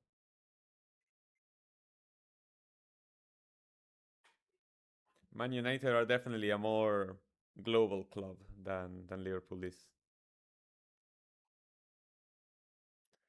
I hope we get to see future legend matches where Messi and maybe Ronaldo play together. That would be cool. Albert, what do you think like Ronaldo and Messi's testimonial will look like? Do you think they would invite each other? I feel like they would.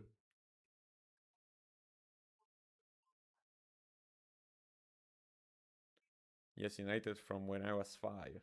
That's crazy.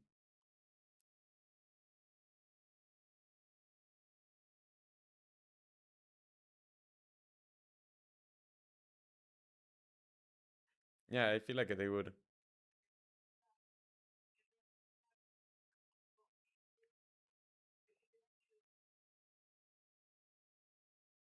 Yeah, Ronaldo has his YouTube channel. Also, what I was saying, like he needs to collab with Messi. Has anyone did the Liverpool Uruguay joke when asking Liverpool of UK? No, but whenever I've had to do like coverage of the Copa Libertadores and Liverpool from Uruguay are playing on it, um, I always make the joke that it's actually Liverpool from England first. All right, my clock didn't get in time for the second half, so instead we're gonna have 15, 20, and we're gonna do it like this. This is the second half of extra time.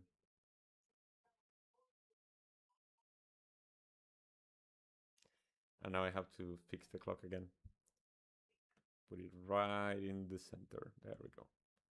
That's not in the center at all. Stupid ADHD, which doesn't let me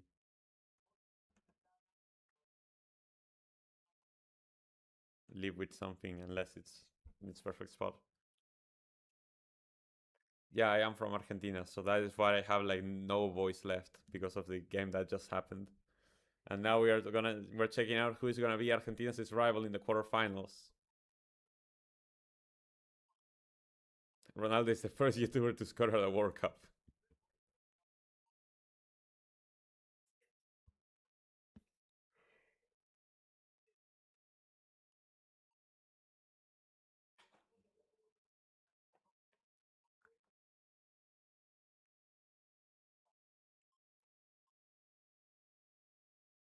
Is that a foul? Yep, that's a foul.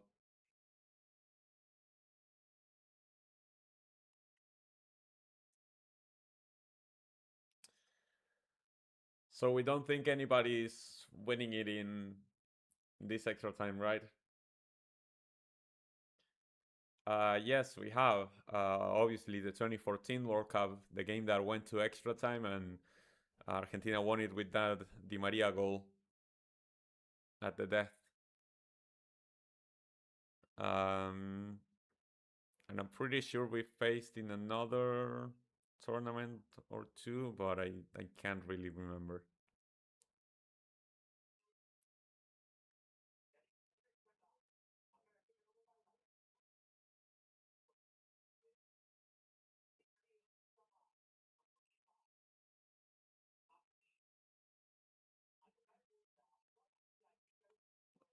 Oh my god, Mojica!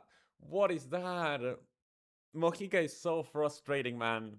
He's just like Preciado from Ecuador. Like, how can you put in a pass and miss the damn pitch? Like, the pitch is 100 meters for like 70 meters. It's 100 meters long and 70 meters wide. Like, how do you miss the pitch when you make a pass? Thank you, Rasta Stocks. I appreciate it. Thank you for the support. Thank you, everyone, for the support.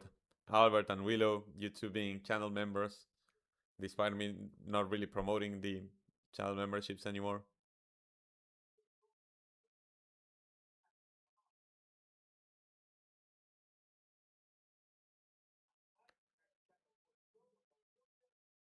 I feel like Albert is the only one who regularly uses the emotes, and he only uses the one with me laughing.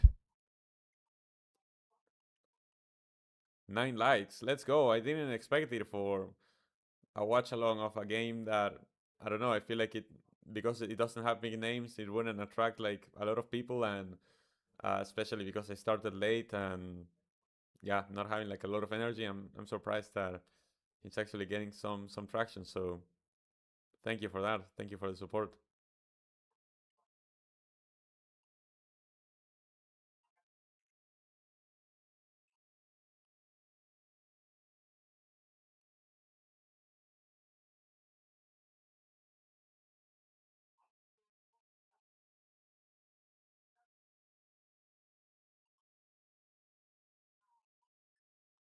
Oh, Richard Rios trying to make a run into the box. Switzerland recover the ball and put it away, and that's gonna be a goal kick for Switzerland. I mean, if anybody is gonna win, it feels like it should be Colombia, but it doesn't feel like anybody is gonna win. Pedro El Chulo, it's been so long since you've been here. Welcome back. Good to see you, man. What's good? The World Cup is on. Argentina's still alive somehow. And now Switzerland and Colombia in the Battle of the Mid. Hell of a match today. Hell yeah. And all the it wasted like all the entertainment because now this game has none of it left.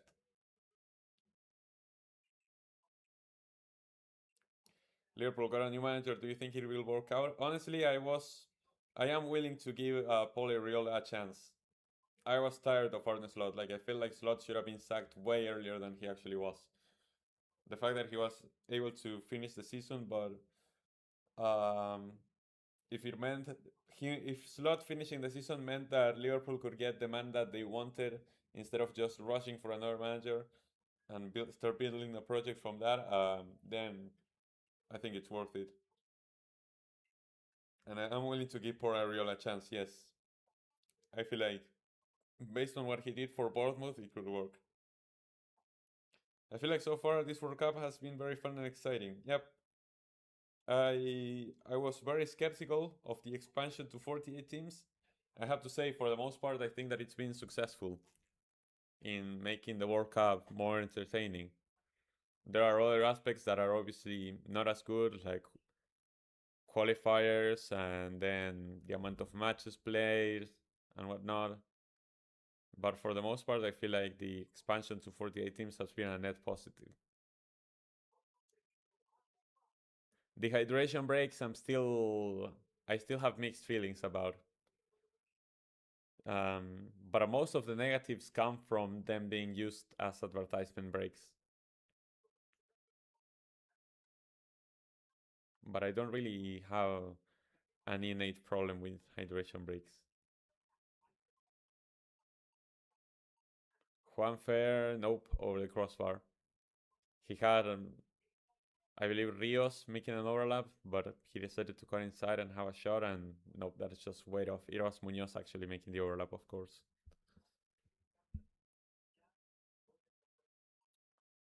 68 would be insane. 68 would be too much.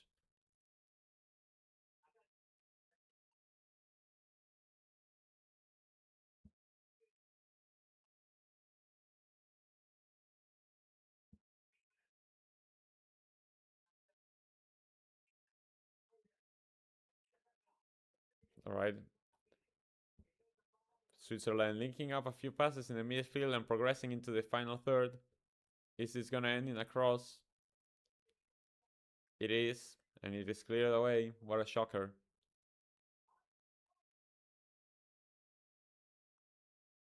Halftime show is kind of crazy, but you know, it's whatever.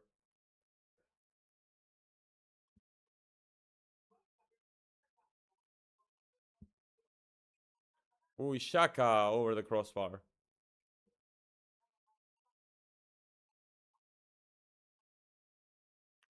Is FIFA lucky that the other teams are getting better? I feel like no. FIFA saw that the rest of the. I mean, no. FIFA wants to make money. That's the main thing. But international football as a whole nowadays is very, very close, and a lot of teams have closed the gap.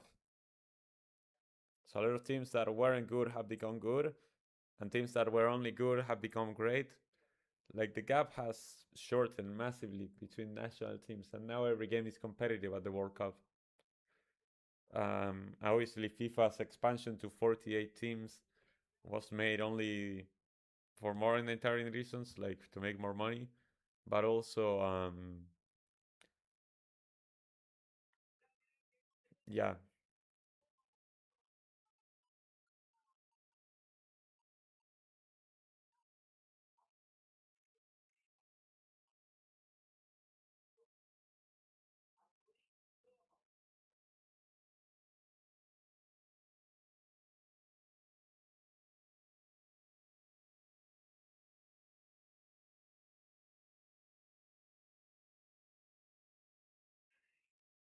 Well, we only have 6 or 5 minutes left onto this game, depending on how much stoppage time they give. This has been a tough watch. I can't lie to you guys.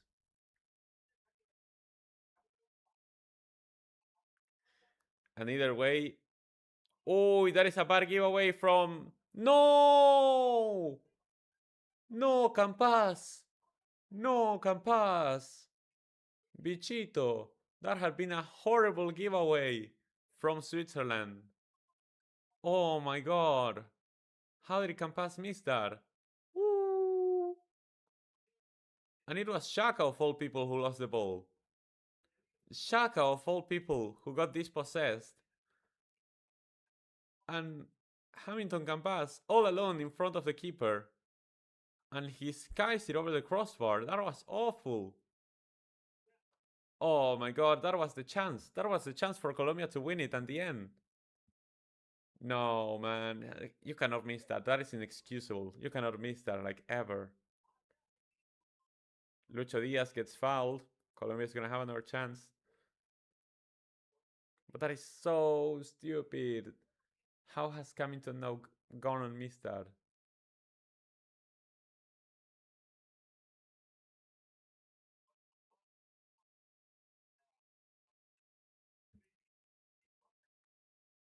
Hey, Coke, hey. Chill.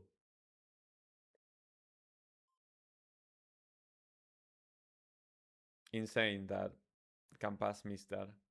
Incredible. Alright, but free kick for Colombia now. Does Colombia have more in the tank? Crossing by Quintero, headed in. The ball is still in play. Cross again.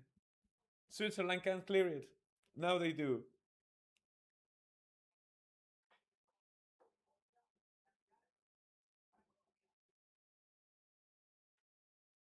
And now look who is on the pitch. Oh my god.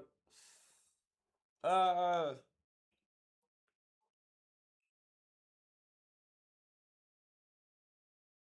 and you know what's the crazy part? We've had like nil-nils at this World Cup, like Colombia against Portugal, that were really entertaining nil-nils. This has not been an entertaining nil-nil. Dramatic, yes. Entertaining, hell no.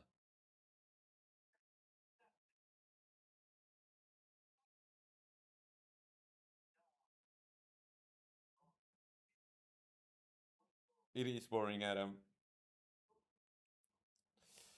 2.5 minutes plus stoppage time because I know that they're gonna give stoppage time no matter what. Sorry, if they give like 2 minutes of stoppage time or more, I'm gonna crash out.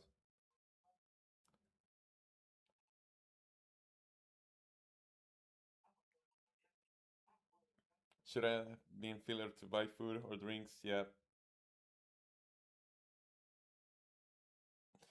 Is Yerry Mina coming on? What, for pens? For real? Oh, because Lukumi is injured.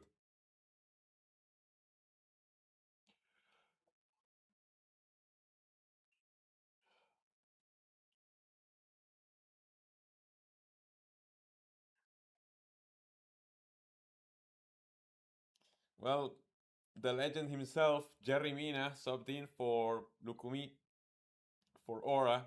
Exactly.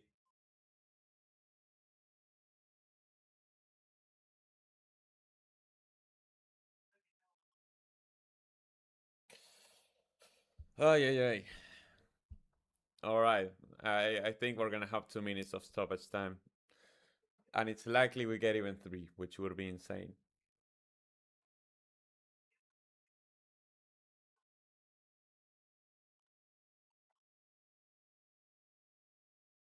Commentators trying to sell.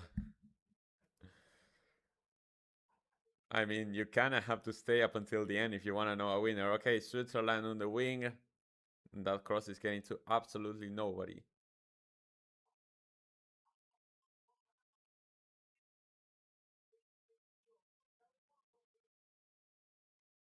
Oh, Quintero also getting dispossessed. Time for Quintero. Don't remind me. No, no, thank you.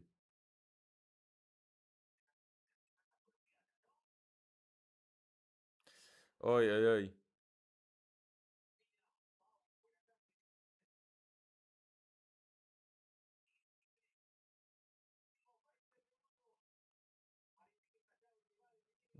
Eduardo, it's a tough watch. And even after I had my coffee, it's a tough watch. All right. 10 seconds left, and I feel like they're gonna add 3 or 4 minutes of stoppage time. Actually, three, it's like the maximum. Like if they give four, it's an absolute travesty. One. Wow, I thought they were gonna give at least two. 1 minute of stoppage time. All right, the ref is tired of this. He wants penalties too. Fair enough. There's an Argentine fan everywhere, Iquitar. If only Colombia had Quiñones to teach those bozos how to score. Actually, true. Actually, true. Imagine an attack with Quiñones and Luis Diaz. Poof. Insane.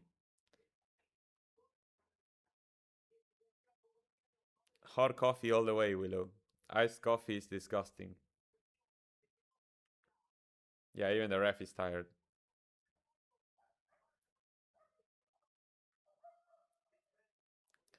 10 seconds. Does he give the last chance to Switzerland? Yes, he will. Jerry Mina wins it. He's just gonna kick it away. No, he's not. There's a foul. And that's the end of the game. All right, Chad. Penalty shootout. We have a poll. Who wins on pens? I have my answer, and it's clear as day to me, but I want to ask you.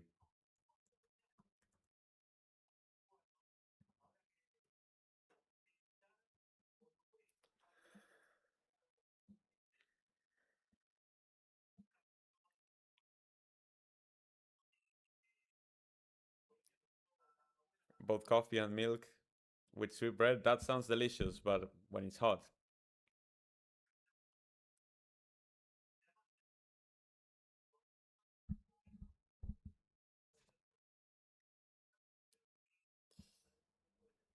I mean, what the commentator is saying is true to an extent. If I have to pick a winner, I would say, like, if I had to pick who played better out of the two teams, I would say Colombia, but like just barely. It's not like Colombia did enough to convince me that they should have scored.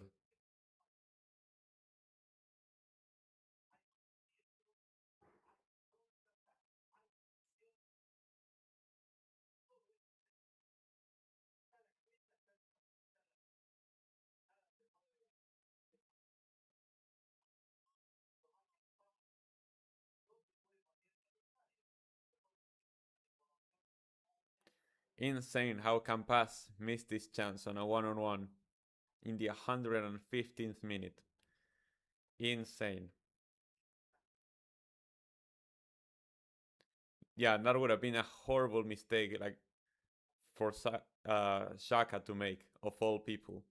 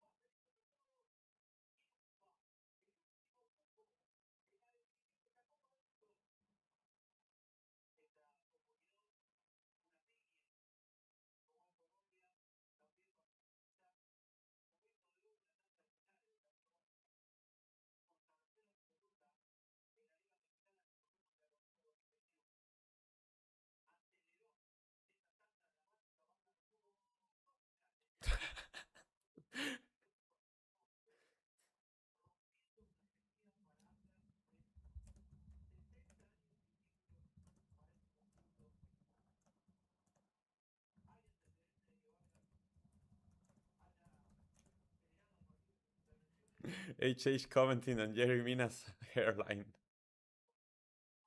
That's mean. You never do that. You never comment on another man's hairline. You never trash talk the name of a fellow man who is losing the battle.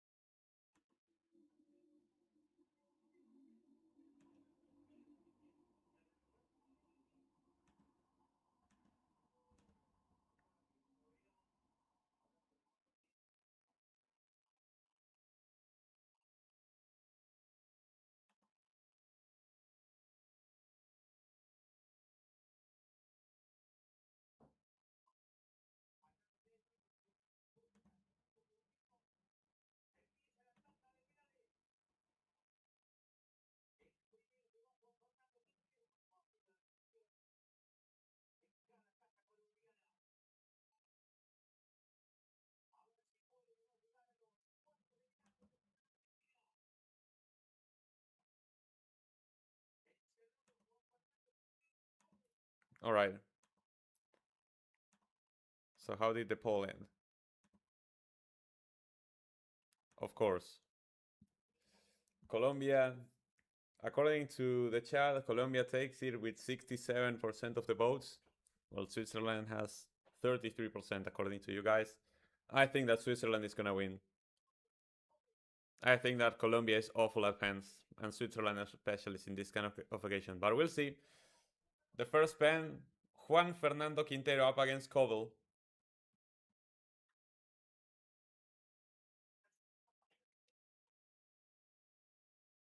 HH can speak, exactly. Give me 2026 Pat Muriel. Alright, Quintero up against Kovel for the first pen. Quintero down the middle, 1-0. Easy. Kovel thinking that Quintero was gonna cross it, but it goes down the middle, and that's 1-0 Colombia.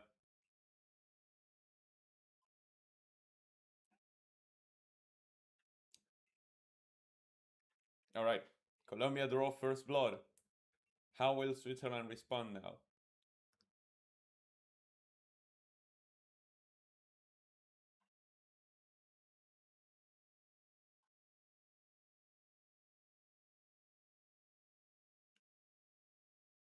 Alright, Granit Xhaka up against Camilo Vargas.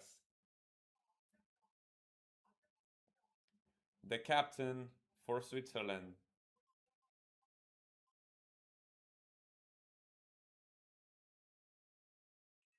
Let's see it.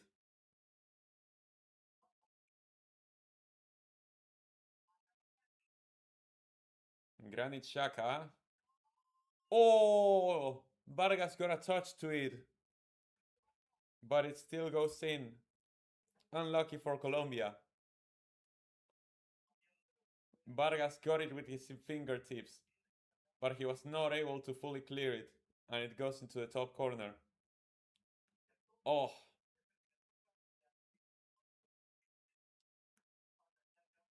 If Vargas had a stronger hand there, he would have stopped that. He would have saved it. Davinson Sanchez for Colombia.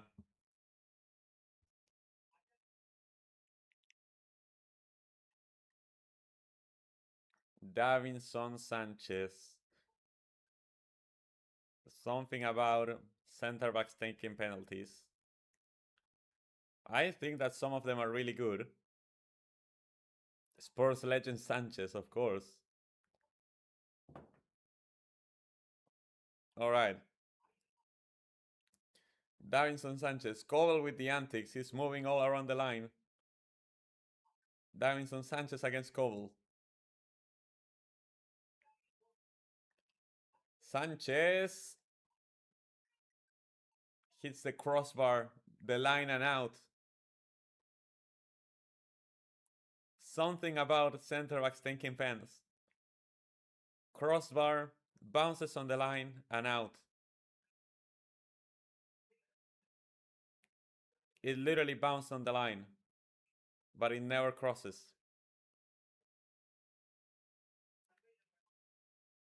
Taz pen, Gabriel's pen, and now Davinson Sanchez. So unfortunate.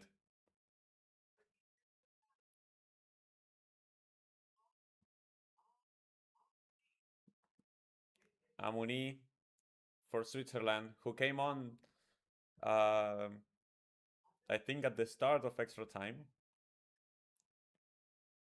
Very short run up from Amuni. Amuni, oh, just slots it in easily.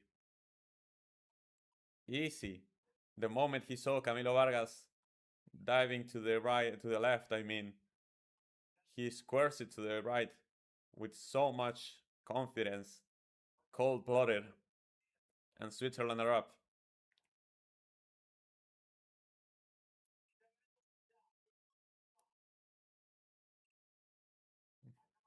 El Bicho, Hamilton Campas, stepping up like his idol, CR7.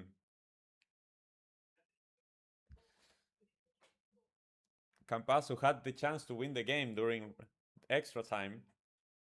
Let's see it. Campas, ooh, just under Koval. He scores. Just under Koval. I really thought Koval was gonna save that. But the ball goes under Switzerland's goalkeeper. Nearly blocked. Yeah, it was a really bad pen. That was a horrible pen, but it somehow went in. Akanji. Akanji for Switzerland.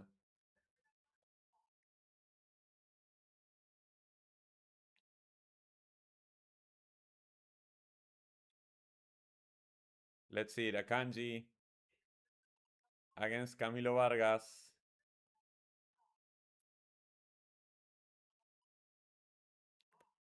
Manuel.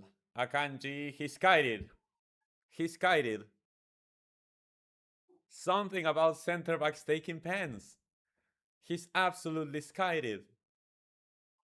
He's Donna Gabriel. He's Donna Jonathan Ta. Oh my god, Akanji. Oh.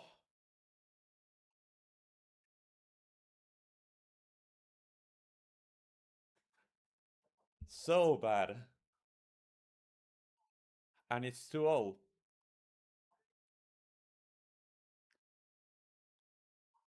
Cucho Hernandez, who also came on right before extra time. Cucho Hernandez for Colombia against Koval. Cucho, and Koval saves it. Saved by Koval. Koval saves it. Cucho tried to cross it. An amazing dive from Koval, and it's a magnificent save. I'm sorry, so Luis Diaz was waiting for to take the fifth pen? I just realized that. Luis Diaz is waiting to take the fifth pen? Yeah, whatever happened to Ramos? Cucho Hernandez. That wasn't even a bad pen, but the save from Cole, he guessed right. And now, if Switzerland has scored, they are match point. Vargas to put Switzerland in the lead in the fourth penalty.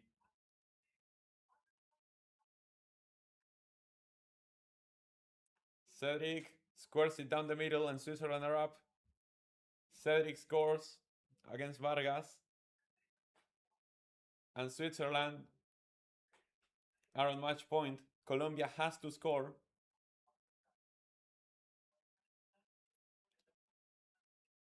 Colombia has to score, and I'm guessing this is Luis Diaz.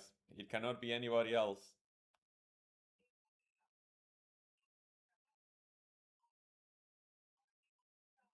It is Luis Diaz, obviously. I don't know why he had to wait until the fifth penalty, but I guess this is a very heavy penalty. He has to score or Colombia are out of the World Cup. Luis Diaz up against Koval. They know each other from the Bundesliga.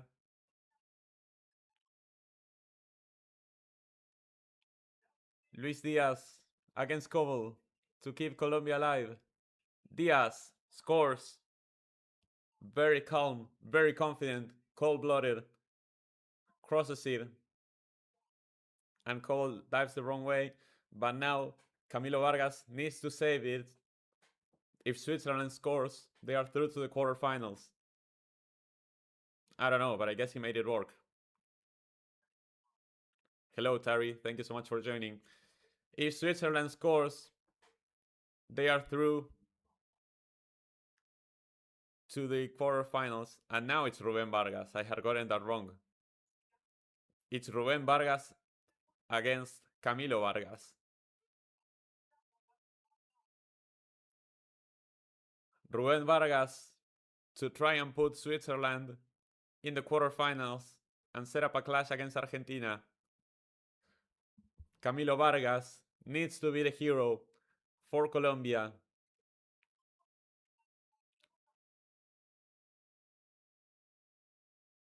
Here goes. Ruben Vargas scores, and Switzerland are through to the quarterfinals for the first time in their history since for the first time since 1954 when they hosted the Dame tournament. It's been a long time coming for Switzerland to be in the quarterfinals, and Colombia bottled it. And Switzerland is gonna face Argentina in the quarters, and that's gonna be a difficult game for Argentina. That is gonna be a difficult game. And it sucks for Colombia because it felt like both in regulation and in extra time they could have won it. And they fell short once again. Albert, I know my Colombian people too well. I know my Colombian players too well. They are not built for these occasions. They are not. They are not. Colombians are not built for penalties. The Swiss were just more calm and composed. I mean, Akanji skied it, but like besides that, those were cold penalties. I don't know why Luis Diaz was last. At least he got to take the penalty. Imagine if he didn't get to him. Shaka versus Paredes is gonna be feisty. Yeah, I know. Colombia bottling another penalty shootout, like against Argentina, like against England, like against I don't know. They bottled a few. I hope we improve and we can show better against Switzerland. I don't know why they keep sending center backs to shoot pens. There's something about it that's really weird. Colombia are the nearly men, exactly. And just like that, Argentina is the only South American nation in the quarterfinals, in the top 8 of the competition as well. Once again, CONMEBOL's fate rests in Argentina. We have 6 European nations, 1 African and 1 South American in the World Cup. Yikes.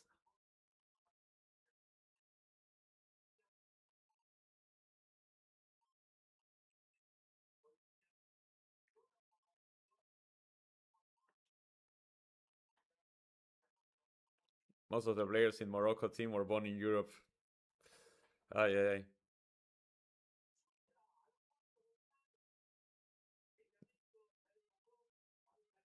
This was one of the worst games of the World Cup. I think the worst. I didn't watch, like I said, I didn't tune in for the Paraguay Australia match, which to some people was horrible, and I can honestly see why that would be the case. But like, this shit was awful, and it went to extra time too, and pretty much nothing happened besides that horrible miss from Campas, which could have sent Colombia through. Instead, Switzerland hold on, go to pens, and keep their composure and manage to win it. Yeah, and Portugal would struggle against Switzerland. In fact, in my predictions, if you watch them, I had Switzerland beating Portugal in the round of 16. So in the end, I wasn't that far off because I had Switzerland in the quarterfinals playing against Argentina. but instead of knocking out Colombia, I had them knocking out Portugal, and Portugal went out in the round of 16 anyway. Yeah, it's not gonna be a sequel, but we're still gonna be in Paris Cachao for Argentina Switzerland.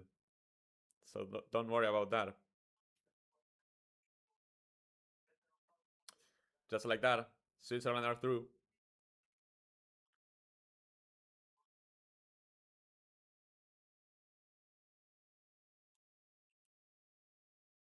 Argentina Colombia would have been cool, yeah. But again, the game against Switzerland is gonna be interesting as well, I think. But we'll see. Anyway, everybody, like, thank you so much for watching this and the previous watch along as well. It's been a long day. I'm very tired, um, but it's been worth it. It's been an amazing day. It started off really badly, obviously. Like, and for a moment, we thought our World Cup campaign was coming to an end in the most tragic of ways. But Argentina move on, and now we know that we're playing Switzerland in the quarterfinals. So yeah, thank you all so much for your support. Today has been amazing, and it's honestly been thanks to people like you who watch these streams and support this random guy who just rambles on about football. So thank you so much for that. Coke Zero, Mr. Krabs, Albert, Tari, Patrick, Alex who joined earlier, Dave Street, Pedro El Chulo who came back. Um, everybody, everybody. Mognorke, obviously. How could I forget? Thank you to everybody. Willow, everybody. Thank you so much for joining the stream. I'll see you all the next watch along. I don't know. Most likely will have to be France Morocco on Thursday. I guess because now we only have quarterfinals, semifinals, and final. That we're gonna be able to watch every single game as long as I don't have anything better to do. Um, the only game that I may not be able to do a watch along for, I think, is going to be England Norway, but the other ones I should be able to make one. So stay tuned for that. So yeah, that's going to be it. See you on Thursday.